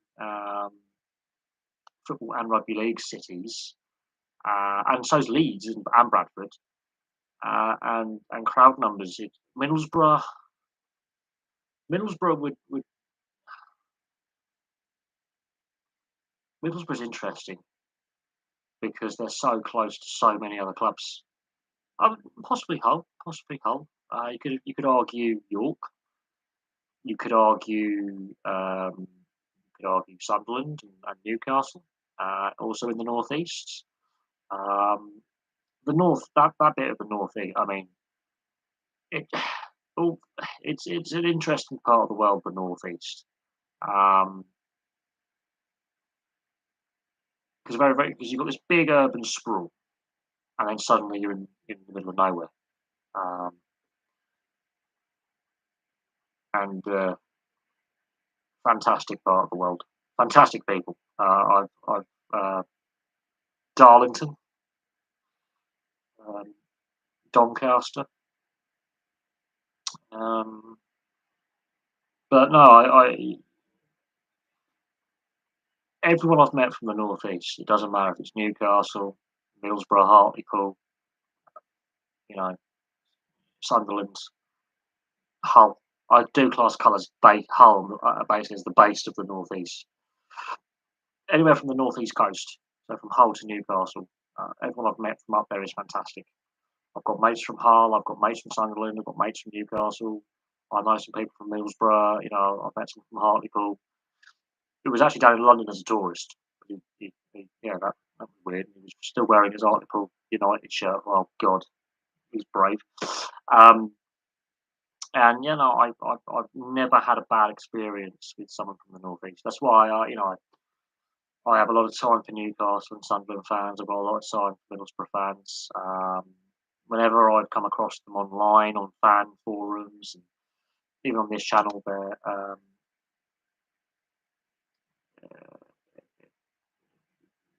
brilliant. Top 10 biggest team in Yorkshire are probably Leeds or Sheffield United, Sheffield Wednesday. Leeds are one of the Sheffield clubs. Cantruro put Cornwall on the map. No decent clubs. Rugby Union country is Cornwall. doesn't really have a big population, and it is very, very rural, and it's very, very isolated in regards to its position um, in the UK. I mean, Plymouth and Exeter are the big urban areas, and what Torbay, which is the conurbation of Torquay, Paignton, and Brixham, they're the big urban areas in Devon. Cornwall doesn't have a massive urban area to compete with, really, for population size and investment and infrastructure, and it's rugby union country. Which Cornwall is the arse end of nowhere. I would say Leeds is probably the biggest club in Yorkshire, although Sheffield Wednesday and Sheffield United will probably give that a good crack. Um, Say, hang on a second, we you know we're big clubs as well, and we're older. So, but Leeds is more rugby league country. Sheffield's a bit more football leaning, although they do have rugby league history. It's the culture of the cities. Leeds and Bradford more rugby league. Sheffield more football, which is really weird because they're all close together. Just how the sport's developed. Um, but T sides technically yes, so's Hull technically, but Teesside and Humberside, or Cleveland actually should be uh, Cleveland, where Middlesbrough and Stockton upon Tees are the technical counties. Historically, yes, Yorkshire, but as time has gone on, Humberside and Cleveland have been carved out and separated. Then there's a lot of clubs in Manchester, or Greater Manchester, and why did rugby league not spread to the northeast? That is a very, very good question. Very, very good question. Um, I'm not honestly until I do the proper digging and the research, and we're talking proper digging research here. I think when it came to the split in 1895, obviously Newcastle's got a rugby union club. Lincolnshire is rugby union country. Leeds have obviously got rugby union, um, as well as rugby league. It's a very interesting one. It appears that West Yorkshire and South Yorkshire went in a weird.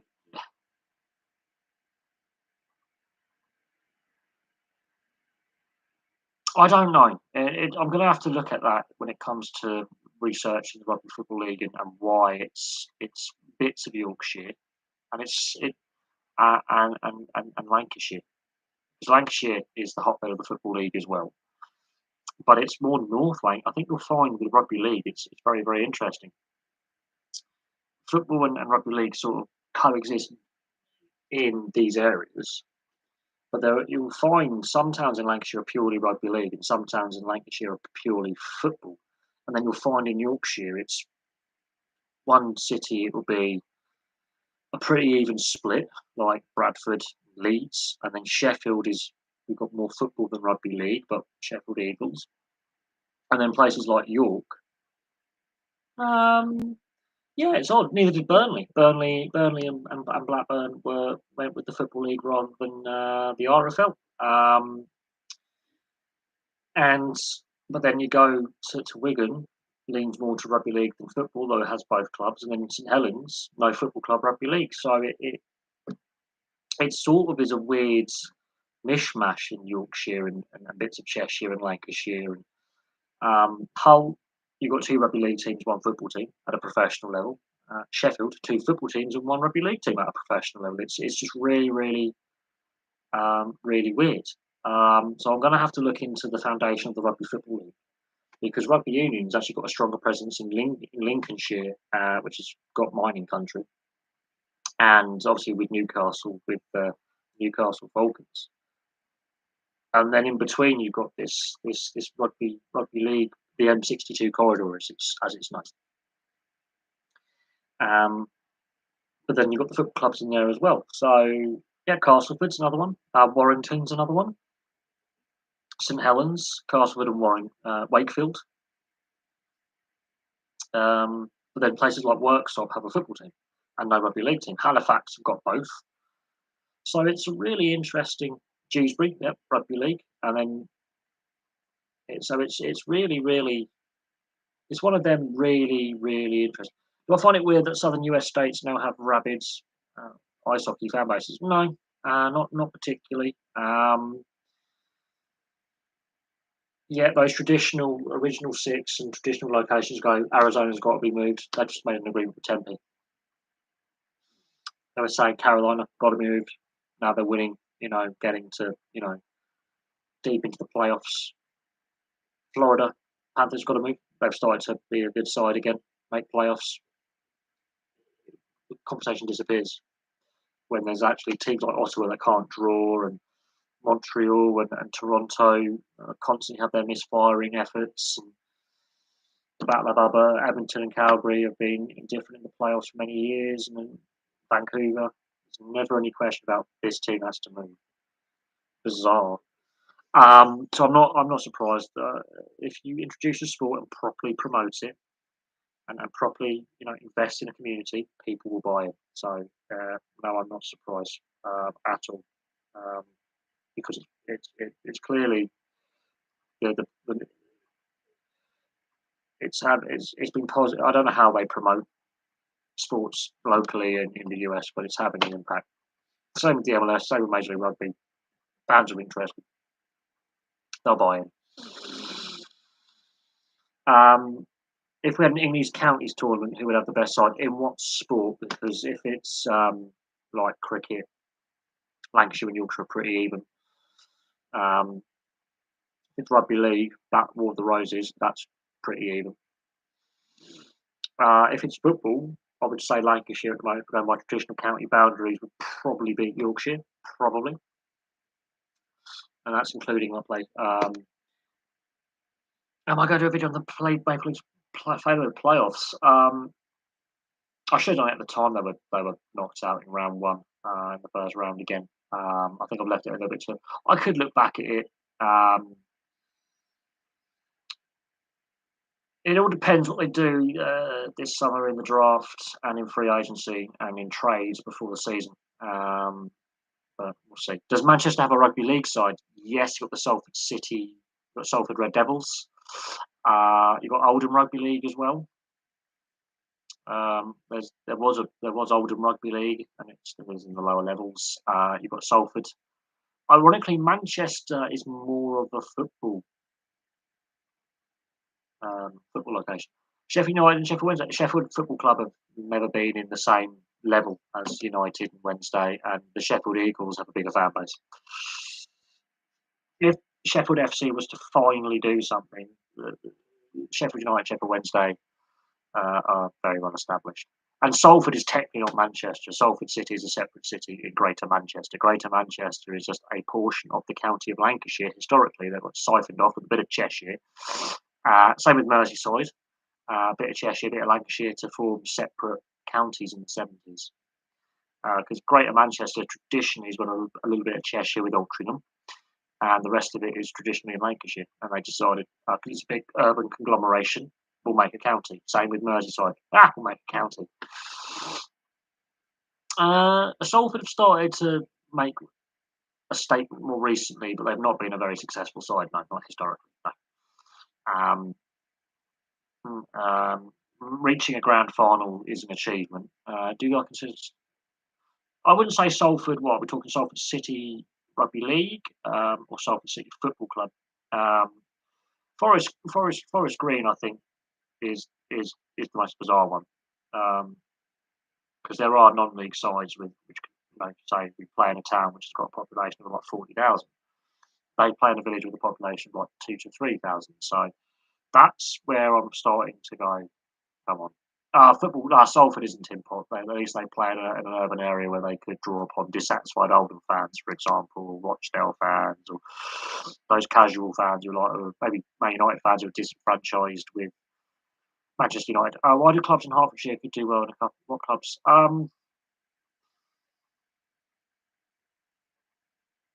Is Watford in Hertfordshire? Can't remember. Or is it Buckinghamshire? I think it's Hertfordshire. I don't know. I think Hertfordshire is predominantly. Luton's in Bedfordshire. I know that. Hertfordshire is predominantly non-league. Um, there needs to be more solid investment locally, and there needs to be one of the clubs, I think St Albans, for example, to push that promotion to the Football League. How important is it to the UK government and economy that the EPL is the best soccer league in the world? Um, well, football in general, that includes just football in general, makes a lot of money. It's a multi-billion-dollar industry globally, trillion-dollar industry, I would have thought. Um, the sport itself globally is a massive industry. It's our biggest sport by far. It's bigger than rugby league and rugby union and cricket combined, and ice hockey. If you put all the other team sports together, it's bigger than all of them combined financially. The TV deal was worth over $1 billion. Um, the sale of Chelsea went for 4.2526 billion, 4.3 billion or something dollars, which is a massive overinflation of the value of the club. Overseas investment, the revenues they bring in, taxable income. Um, yeah, Shrewsbury is the biggest club in Shropshire. It, it's the it's possibly the most valuable sports league in the world. Um, More valuable than the NFL, perhaps. I don't know exactly what it's worth in terms of revenue, taxable revenue to the UK government, but the local economies do benefit from being. It was very noticeable when fans weren't allowed at games in the resumption of play in 2020 how much of a knock-on impact that had for local economies. Um, it's very very noticeable what the the sport brings um, financially. I would have to look how much it's worth in taxable revenue and how much it generates income wise, because there's always those knock-on secondary effects. When like players come, they buy properties, they pay property taxes, like stamp duty, for example. Um, then they buy local. They get the builders in. They go shopping. They buy their expensive cars at the car dealerships. Um, so there's always that secondary support economy when you have any industry. You've always got the support industries. So um, I'm going to have to check into that. How much the Premier League is worth as an economic, you know, to, economically to the UK government and tax and to the UK economy for GDP and revenue. I think it's the biggest sports league for revenue, bigger than the NFL. I think it's bigger than the NFL. I think it generates more income than the NFL. I could be wrong, but I actually think it generates more income than the NFL globally and nationally. I could be wrong though. Uh,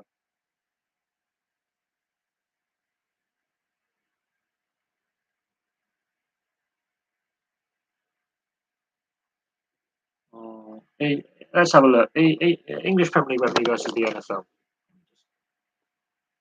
The amount of money the Premier League brings in may sound like a lot of cash until you learn the NFL generated 15 billion US dollars in 2019 alone.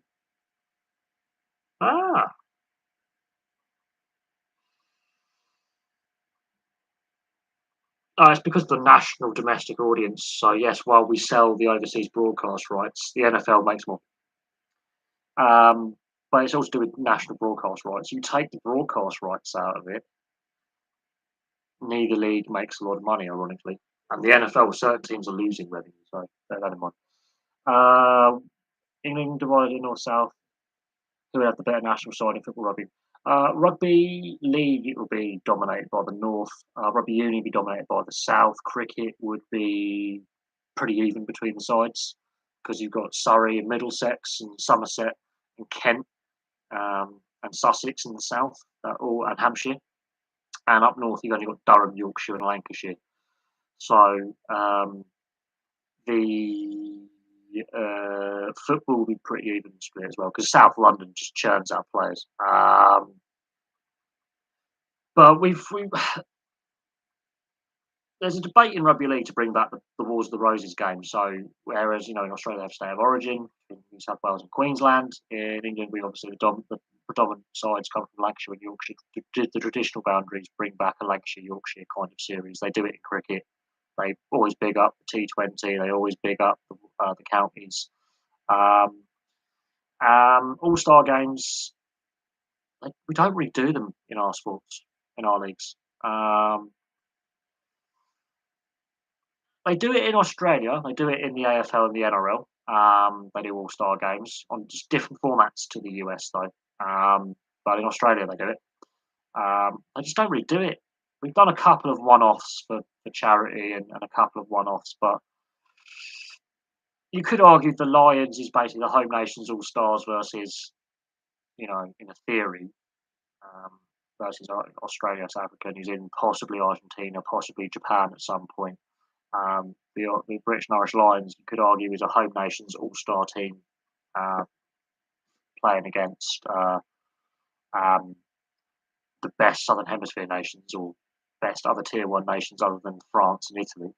Um, Newcastle were plan to dominate Women's Super League within 5 years and Women's Champions League. And then, sorry, but well, the Newcastle fan base, as I said when I did my Newcastle United history video, are possibly the most fanatical fan base I've ever come across in English football.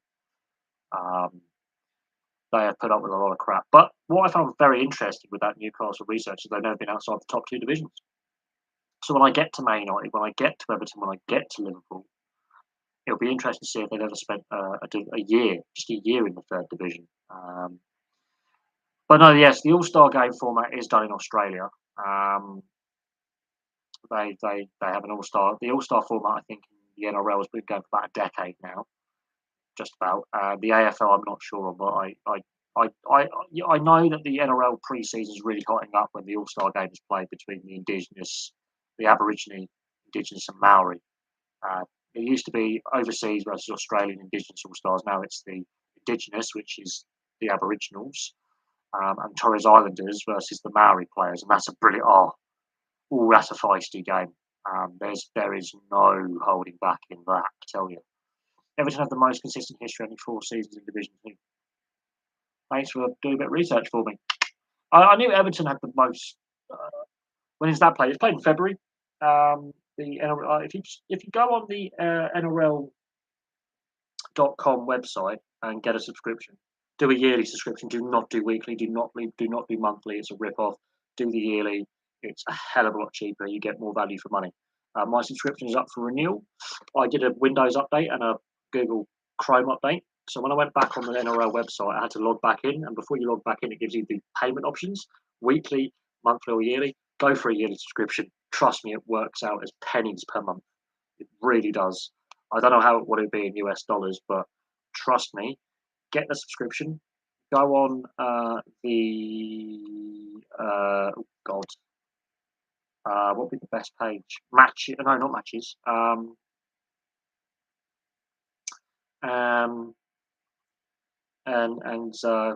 Yeah, the All Star match. Find it. You'll be able to find it. But it's played in September. It's a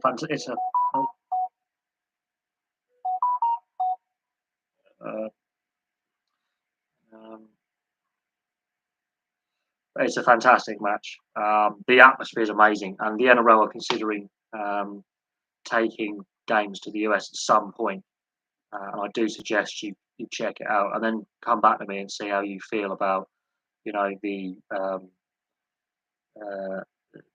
the NRL and and rugby league in general. It's a fantastic one-off match.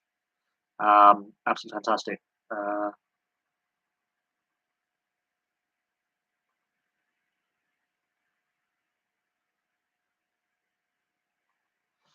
Absolutely fantastic. Is football interest in India non-existent?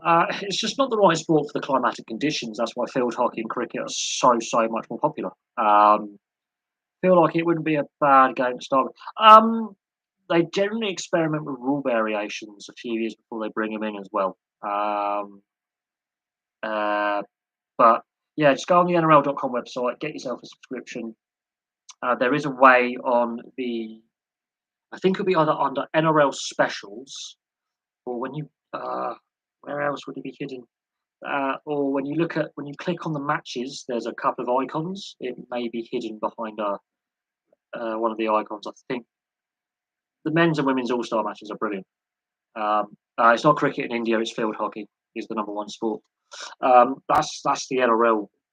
The AFL Aussie rules again, AFL.com. It's the sister website. It,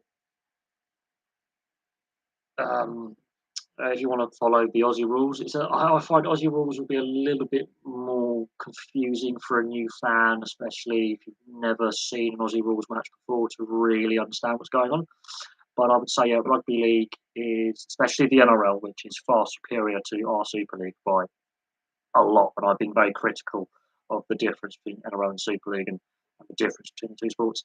Um, um, Trust me, just give that a look. You will be so surprised, and it's a fantastic, fantastic occasion. Fantastic. It's a good match to start off with. Um, and if you watch the women's game, the rules are slightly different for the women's. The NRLW, they have slight rule variations, partly because the game isn't fully professional. Um,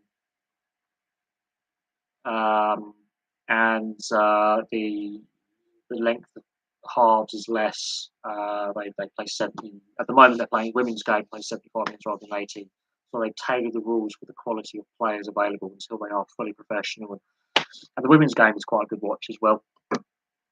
Cricket is not the number one sport in India. It's actually field hockey, but they are just brilliant. They are brilliant at cricket. Did Italy beating Wales in the Six Nations stop? Oh yeah, Wales are in got massive problems, massive problems. Wayne Pivak is a coach going into this next 12, 18 months under stupid amount of pressure. Um, Before the COVID pandemic impacted the Six Nations, his record was absolutely horrific. Um, it's one of the few things I think Welsh rugby fans and me actually agree on. I don't get on with Welsh rugby fans. I find them a toxic bunch. They can't take criticism and they go, because you're English. It's like, no, I don't actually support England when it comes to rugby. Thank you very much. I think the way Italy um, beat them and the energy and the commitment they showed over it's last play options. So if you have to kick, kicking options, running when to kick the ball, when to run the ball, when to pass. Um, Game management was poor. Just the whole final game was Italy wanted it more.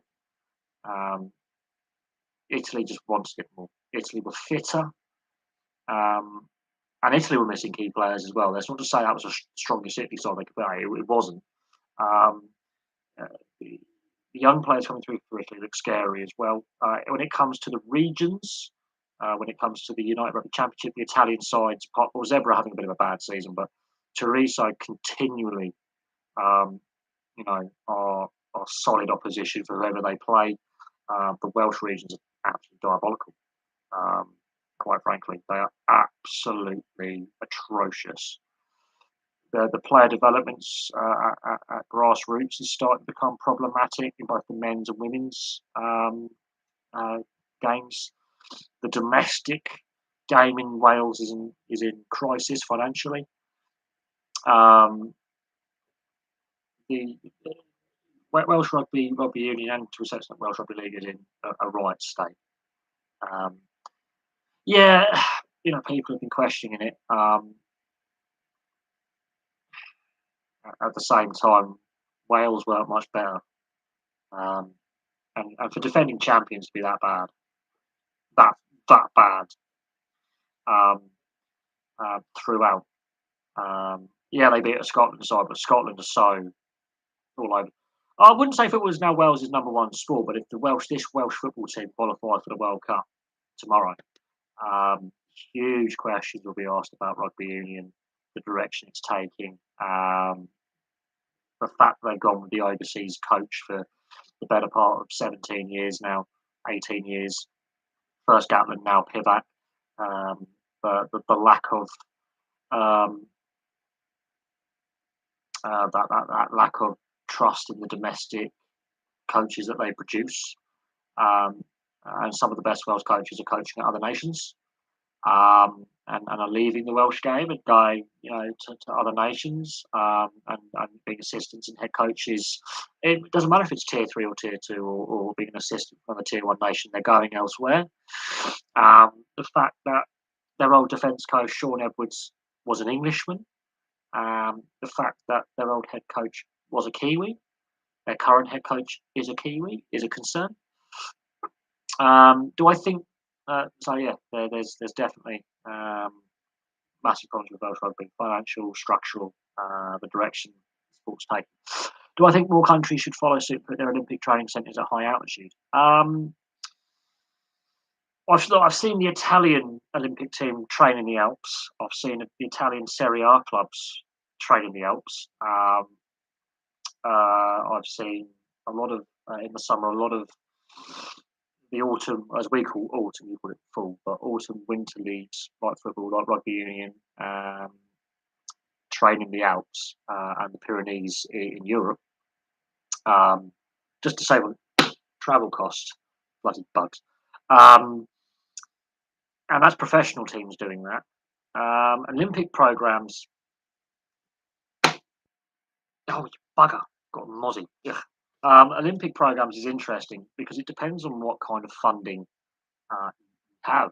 A lot of our individual athletes train in the US, like Mo Farah, for example. Bearing in mind, you've also got a very strong Winter Olympic program as well. And yeah, again, that really bugger bit me. So you've got a summer and winter. It's very interesting, but it also depends, how much money each country's Olympic program has, and what you know they're hoping to achieve. Because yes, altitude training does have a positive impact when you return to sea level, but if that subsequent Olympics is going to be held at sea level, the next cup, how much funding? I mean, because Olympic funding has been a hot debate in the UK at least, um, following the 2012 Olympics. And where we were in Atlanta '96 to where we are now we are in a much healthier position now than what we were 26 years ago, with the worst Olympics performance ever by the British Olympic team in Atlanta '96. Um, so a lot of changes were made to the British Olympic system. But I don't know. It obviously depends on what sports you're talking about. If it's the entire sporting program, um, it obviously depends on what sports.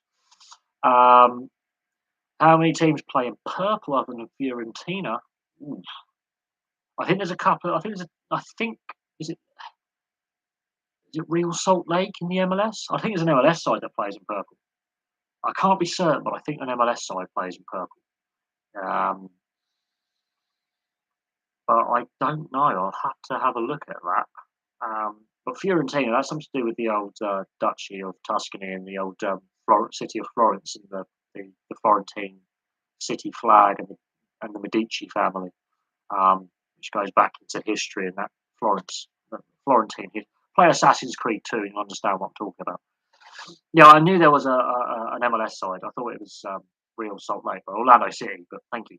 So there you go. I knew there was an MLS side that played in purple. I think there's a French side as well. Yeah, I think there is a Toulouse. Toulouse, there you go. Toulouse playing purple. Anderlecht, yep.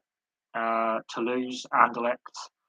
I knew Orlando City, obviously, and Fiorentina. Very few. It's not. It's not a common colour for a football team to wear. Um, if a football match had 22 a side, would we see any goals? You'll need a massive pitch. Um, but you know, even with 11 aside, sometimes you get the nil-nil. So and sometimes we've seen some blowout scores and some stupid end to end. So it all depends on the style of play both sides are playing, really. And historically, football, before it became an organised, written down rules, you used to have hundreds per side. It goes back to Viking time, Viking Saxon times of football, or what we now know as football, as in the words. Um, Foot and ball, ironically, are Saxo-Danish words combined together make football. And several kings in medieval England tried to ban it back in the day. But it dates back to Saxon-Danish times, so Vikings and Saxons and Angles and Jutes. So it goes back to anywhere between the 6th and 10th centuries. And medieval kings tried to ban what was football then. 10 at the back.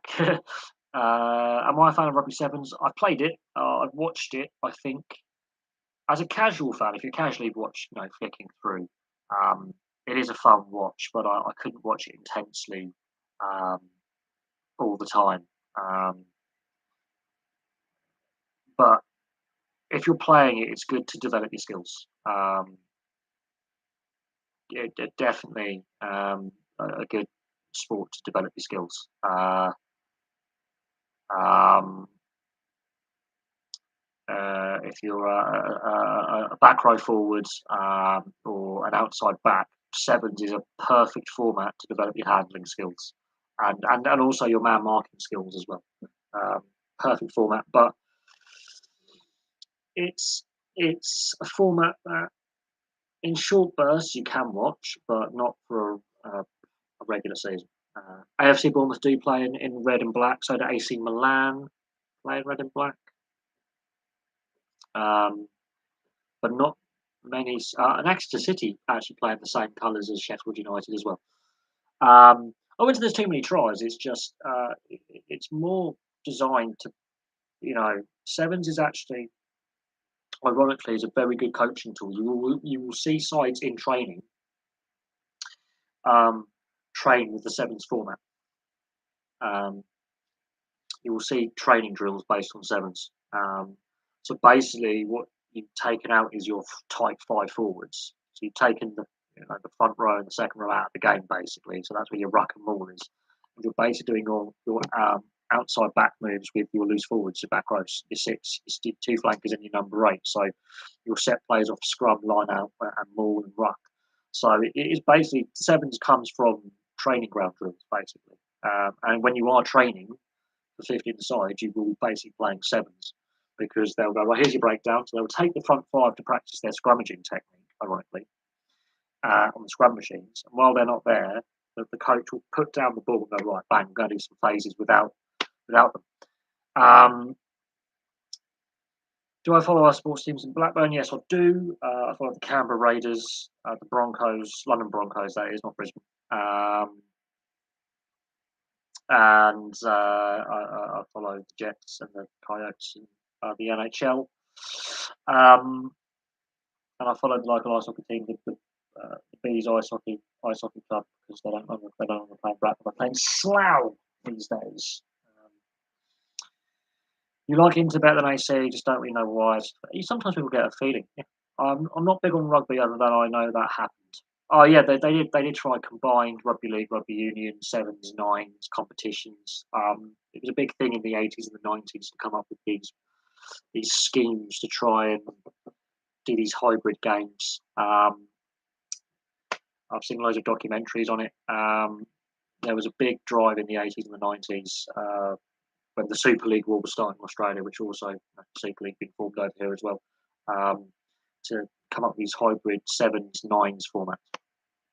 And some of the games are quite entertaining. Some of the skills on display and some of the players gave it a go. It was very interesting. There was a big drive to try and recruit Union players to league because Union was still amateur at the time. And when Union turned professional, there's been a lot of cross-code players in recent years to various levels of success in the other code. Have we ever seen another Aguero moment like we did in 2012? We did this season. Um, we did the season on the final day. It went down to the final day this season. Just not on the same level as Arrow's, swinging the shirt moment, but um, it was almost like that this season. And it technically was in the relegation battle as well. We've had that several times. Last minute, I would say the 94-95 season comes close. This season comes close.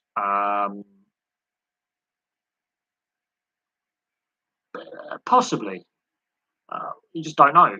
It's hypothetical, isn't it, really? It all depends on if Man City do what Newcastle. Newcastle in '96 and Man City this year were very, very similar. Blackburn in '95, massive lead with 2-3 months remaining, and and Blackburn and Man City are parallels this year. Newcastle is the team that blew it, whereas Blackburn and Man City had enough to hold on, where they had double points figure leads, and then the team below just closed the gap. And in Newcastle's case, they back seasons they fluffed it, but '96 was famous where the team that had that double point lead did blow it, a double figure point lead, whereas Blackburn and Man City in Man City this season and Blackburn in the season before Newcastle's '96 collapse got away with it. So how many years will it take Newcastle to challenge it? The thing is with Chelsea, with the Abramovich takeover, and I'm going to say this, they already were a pretty decent side. They had a couple of FA Cup wins in the years prior, and they were a decent cup side. They only had the one league title, bearing in mind they were a decent side. Were playing games in Europe. They had a good manager in Ranieri, who then proved what he could do with Leicester all those years later. And should they have kept him rather than get Mourinho in? That's up for debate. Obviously, the Mourinho one paid off. So they already were a really decent side. They just had no money. The club financially was in a really precarious situation. So they didn't need to add much to win. A couple of signings and they're over the line. Newcastle, look what a couple of signings and a managerial change did in 6 months. They haven't said much. They're not really doing much at the moment. I don't know. It might be like Chelsea, where it is a season or two. It might take a couple more years, but I think they're more likely to be like Man City, like a good 4 or 5 seasons. But I think they could do a couple of cup trophies first. I think they're more likely to win an FA Cup, a League Cup, maybe qualify for like a Conference League or Europa League, get a cup trophy before a league trophy. But Man City, they needed that cup trophy to start the winning bug. They won the FA Cup first, then the league follows. And Newcastle as a city is a fun, vibrant city. I've got friends who've lived up there. I've got family friends who are from there. Newcastle is a fun, vibrant city. Where the stadium is right slap bang in the middle. It's a city that lives and breathes its football club. It's a fun, vibrant city. It's a lot cheaper to live than London. So if it's a lot cheaper. It's fun. It's vibrant. Has a lot of money invested in the city, and within a few minutes, literally outside of Newcastle, you are in beautiful, stunning countryside. So if you want to live on the outskirts, raise a family, it's a great place to go in any industry. It doesn't matter sport, any industry. Newcastle's a fun. Do I believe League Cups are just absolutely. To the players they are. Forget what the fans think and it's a tin pot cup, it's plastic. The players want to touch silverware. There's a reason why some clubs really do take the League Cup seriously historically. So your Leicester's, Man City recently, the Chelsea have, Arsenal have, Man United have, Liverpool have. There are some clubs that really do target the League Cup and really give it a go. And other clubs, it's their only silverware to date, like Swansea, for example, Oxford United. I think Luton. So some clubs it is their only silverware they've ever had. Some clubs it's their first silverware they win before they go on to do other things. So when I do some more club history videos, you're going to find out how actually and how valuable and important the League Cup actually is historically, and how it still remains. I think UEFA value the domestic cup competitions, and I think the TV companies domestically have devalued the League Cup as well in recent years. Um, we used to have three European trophies. We used to have the Cup Winners' Cup. It was a fun format, and then UEFA ruined it, as did the TV companies in the 90s. So the current Conference League format, I would have basically as the Cup Winners' Cup again. Basically, that's what I would go back to. But and it sort of is if you win the League Cup, you qualify for the Conference League. So if you are a League Cup winner, you actually get away into Europe. Um, and I think the FA Cup should be Europa League, and Champions should be Champions League. I think that's how you should do it. You want to revalue your cup competitions again because you know get European silverware. And I think eventually they're going to basically Conference League is a reformatting of the Cup Winners' Cup. I think UEFA would realise that domestic cup competitions are important, and I wouldn't scrap it. I'll just tweak it. I'll tweak it because now, if you win your domestic League Cup, if you still have that, or domestic FA Cup, if your country still has that, depending on the league, that's your qualification via the Conference League. So basically, it is the Cup Winners' Cup. In my opinion, we had it before with three European trophies. Why get rid of it? Conference League should be for cup winner. Yeah, no, no. Conference League should be for cup winners. You've just summed it up. Cup Winners' Cup. That's what they need to bring back in name, and that's what the Conference League basically is. At least with the bigger European leagues, the more well-known European top flights. It was a great trophy, hence why I still mention it when it comes to club histories. What's the heaviest rain you've ever seen during a football match? That's got to be the 2008 Euros.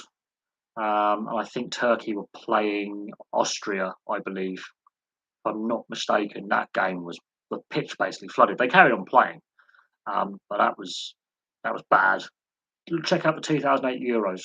That was horrific. The 1974 World Cup, Holland Argentina. Check out that game. That game was played in. There were two thunderstorms on the night. They should have suspended play. They didn't. That's another one. If you can find the footage of the 1974 World Cup Argentina Holland game, and I think 2008 Euros, there was some. Do you think without West Ham in the 60s, England would have still won a World Cup somewhere from down the line? No, Martin Peters and Jeff Hurst and Bobby Moore were too important. Germany's historically always had two, plus their Super Cup. Italy, again, I think historically for a very long time has always had two. The French used to have a League Cup, which they've scrapped. So, but Spain and us and Scotland still have our League Cups. I think it's just an historical thing because the German system wasn't always the Bundesliga. You have all the provincial leagues in Germany as well, and the German league system is chronic, absolutely chronic. The Italian league system is very similar to ours and the Spanish. But no, the German league system below the third tier is absolutely chronic. I generally mean that there's so many regional state leagues and all sorts. Talking about rain, Dan, we've got a thunderstorm that's just started, um, so I might have to call it a night very quickly. The NRL, yes, the NRL. You've got the minor Premiership, and then you have same with the AFL. Ignorant story, but the NRL is fantastic. I love my rugby league, and it's the best rugby league out there. And we've got State of Origin next week. So again, Dan, I do suggest you check out State of Origin, the history behind NRL State of Origin, what it means, some of the clips. You'll understand why I like rugby league. Right, I'm going to call that an evening because I want to be careful because there is a chance of thunder and lightning, and I don't want to have all this plugged in while there's an electrical storm. The rain has just started. I'm just updating the weather. We've got a big chance of big, big chance of lightning strikes. Yes, big. Okay, if you can see that on the radar. Oh God, screen's too bright. But basically, all this is where the map is. It's just absolute thunderstorms. So I've got to power down now, I'm afraid. I'll ask this one last question. If you win the league, FA and League Cup, and then win the Europa League, yes, it does. That's the only way you can win a quadruple is one European trophy, which would be Conference League, Europa League, Champions League, two domestic cups, and the league. So yes, that does count as quadruple. And if you win the Charity Shield, that's a sync triple, synctuple. If you win the Charity Shield as well, Super Cup, and then you got the European Super Cup as well. So if you win that, you win six. That's a sextuplet, sex triple. So it's plausible, but it's never enough. That is a quadruple, yes. That is exceptionally hard to do, winning a European Cup competition. In theory, you've got the European Super Cup, Charity Shield, any European competition you're in, League Cup, FA Cup, League. You could win six. In theory, six. Because the Charity Shield is the English version of the Super Cup of the European. So Charity Shield, Super Cup, League, League Cup, FA Cup, European, any of the European Cups, you could win six. And the Club World Cup, you could win seven, which is a septuple. In theory, you can win seven trophies in a season. It's ridiculous, but it's never been done and never will be done. It's just too much. It's too many games. Do I currently? No, I live in Berkshire. I live just west of London. I live in between Reading and London. Anyway, I've got to go. Electrical storms just started. Can't risk all this blowing up. So for me, it's goodbye for now, and I'll catch you guys very, very soon.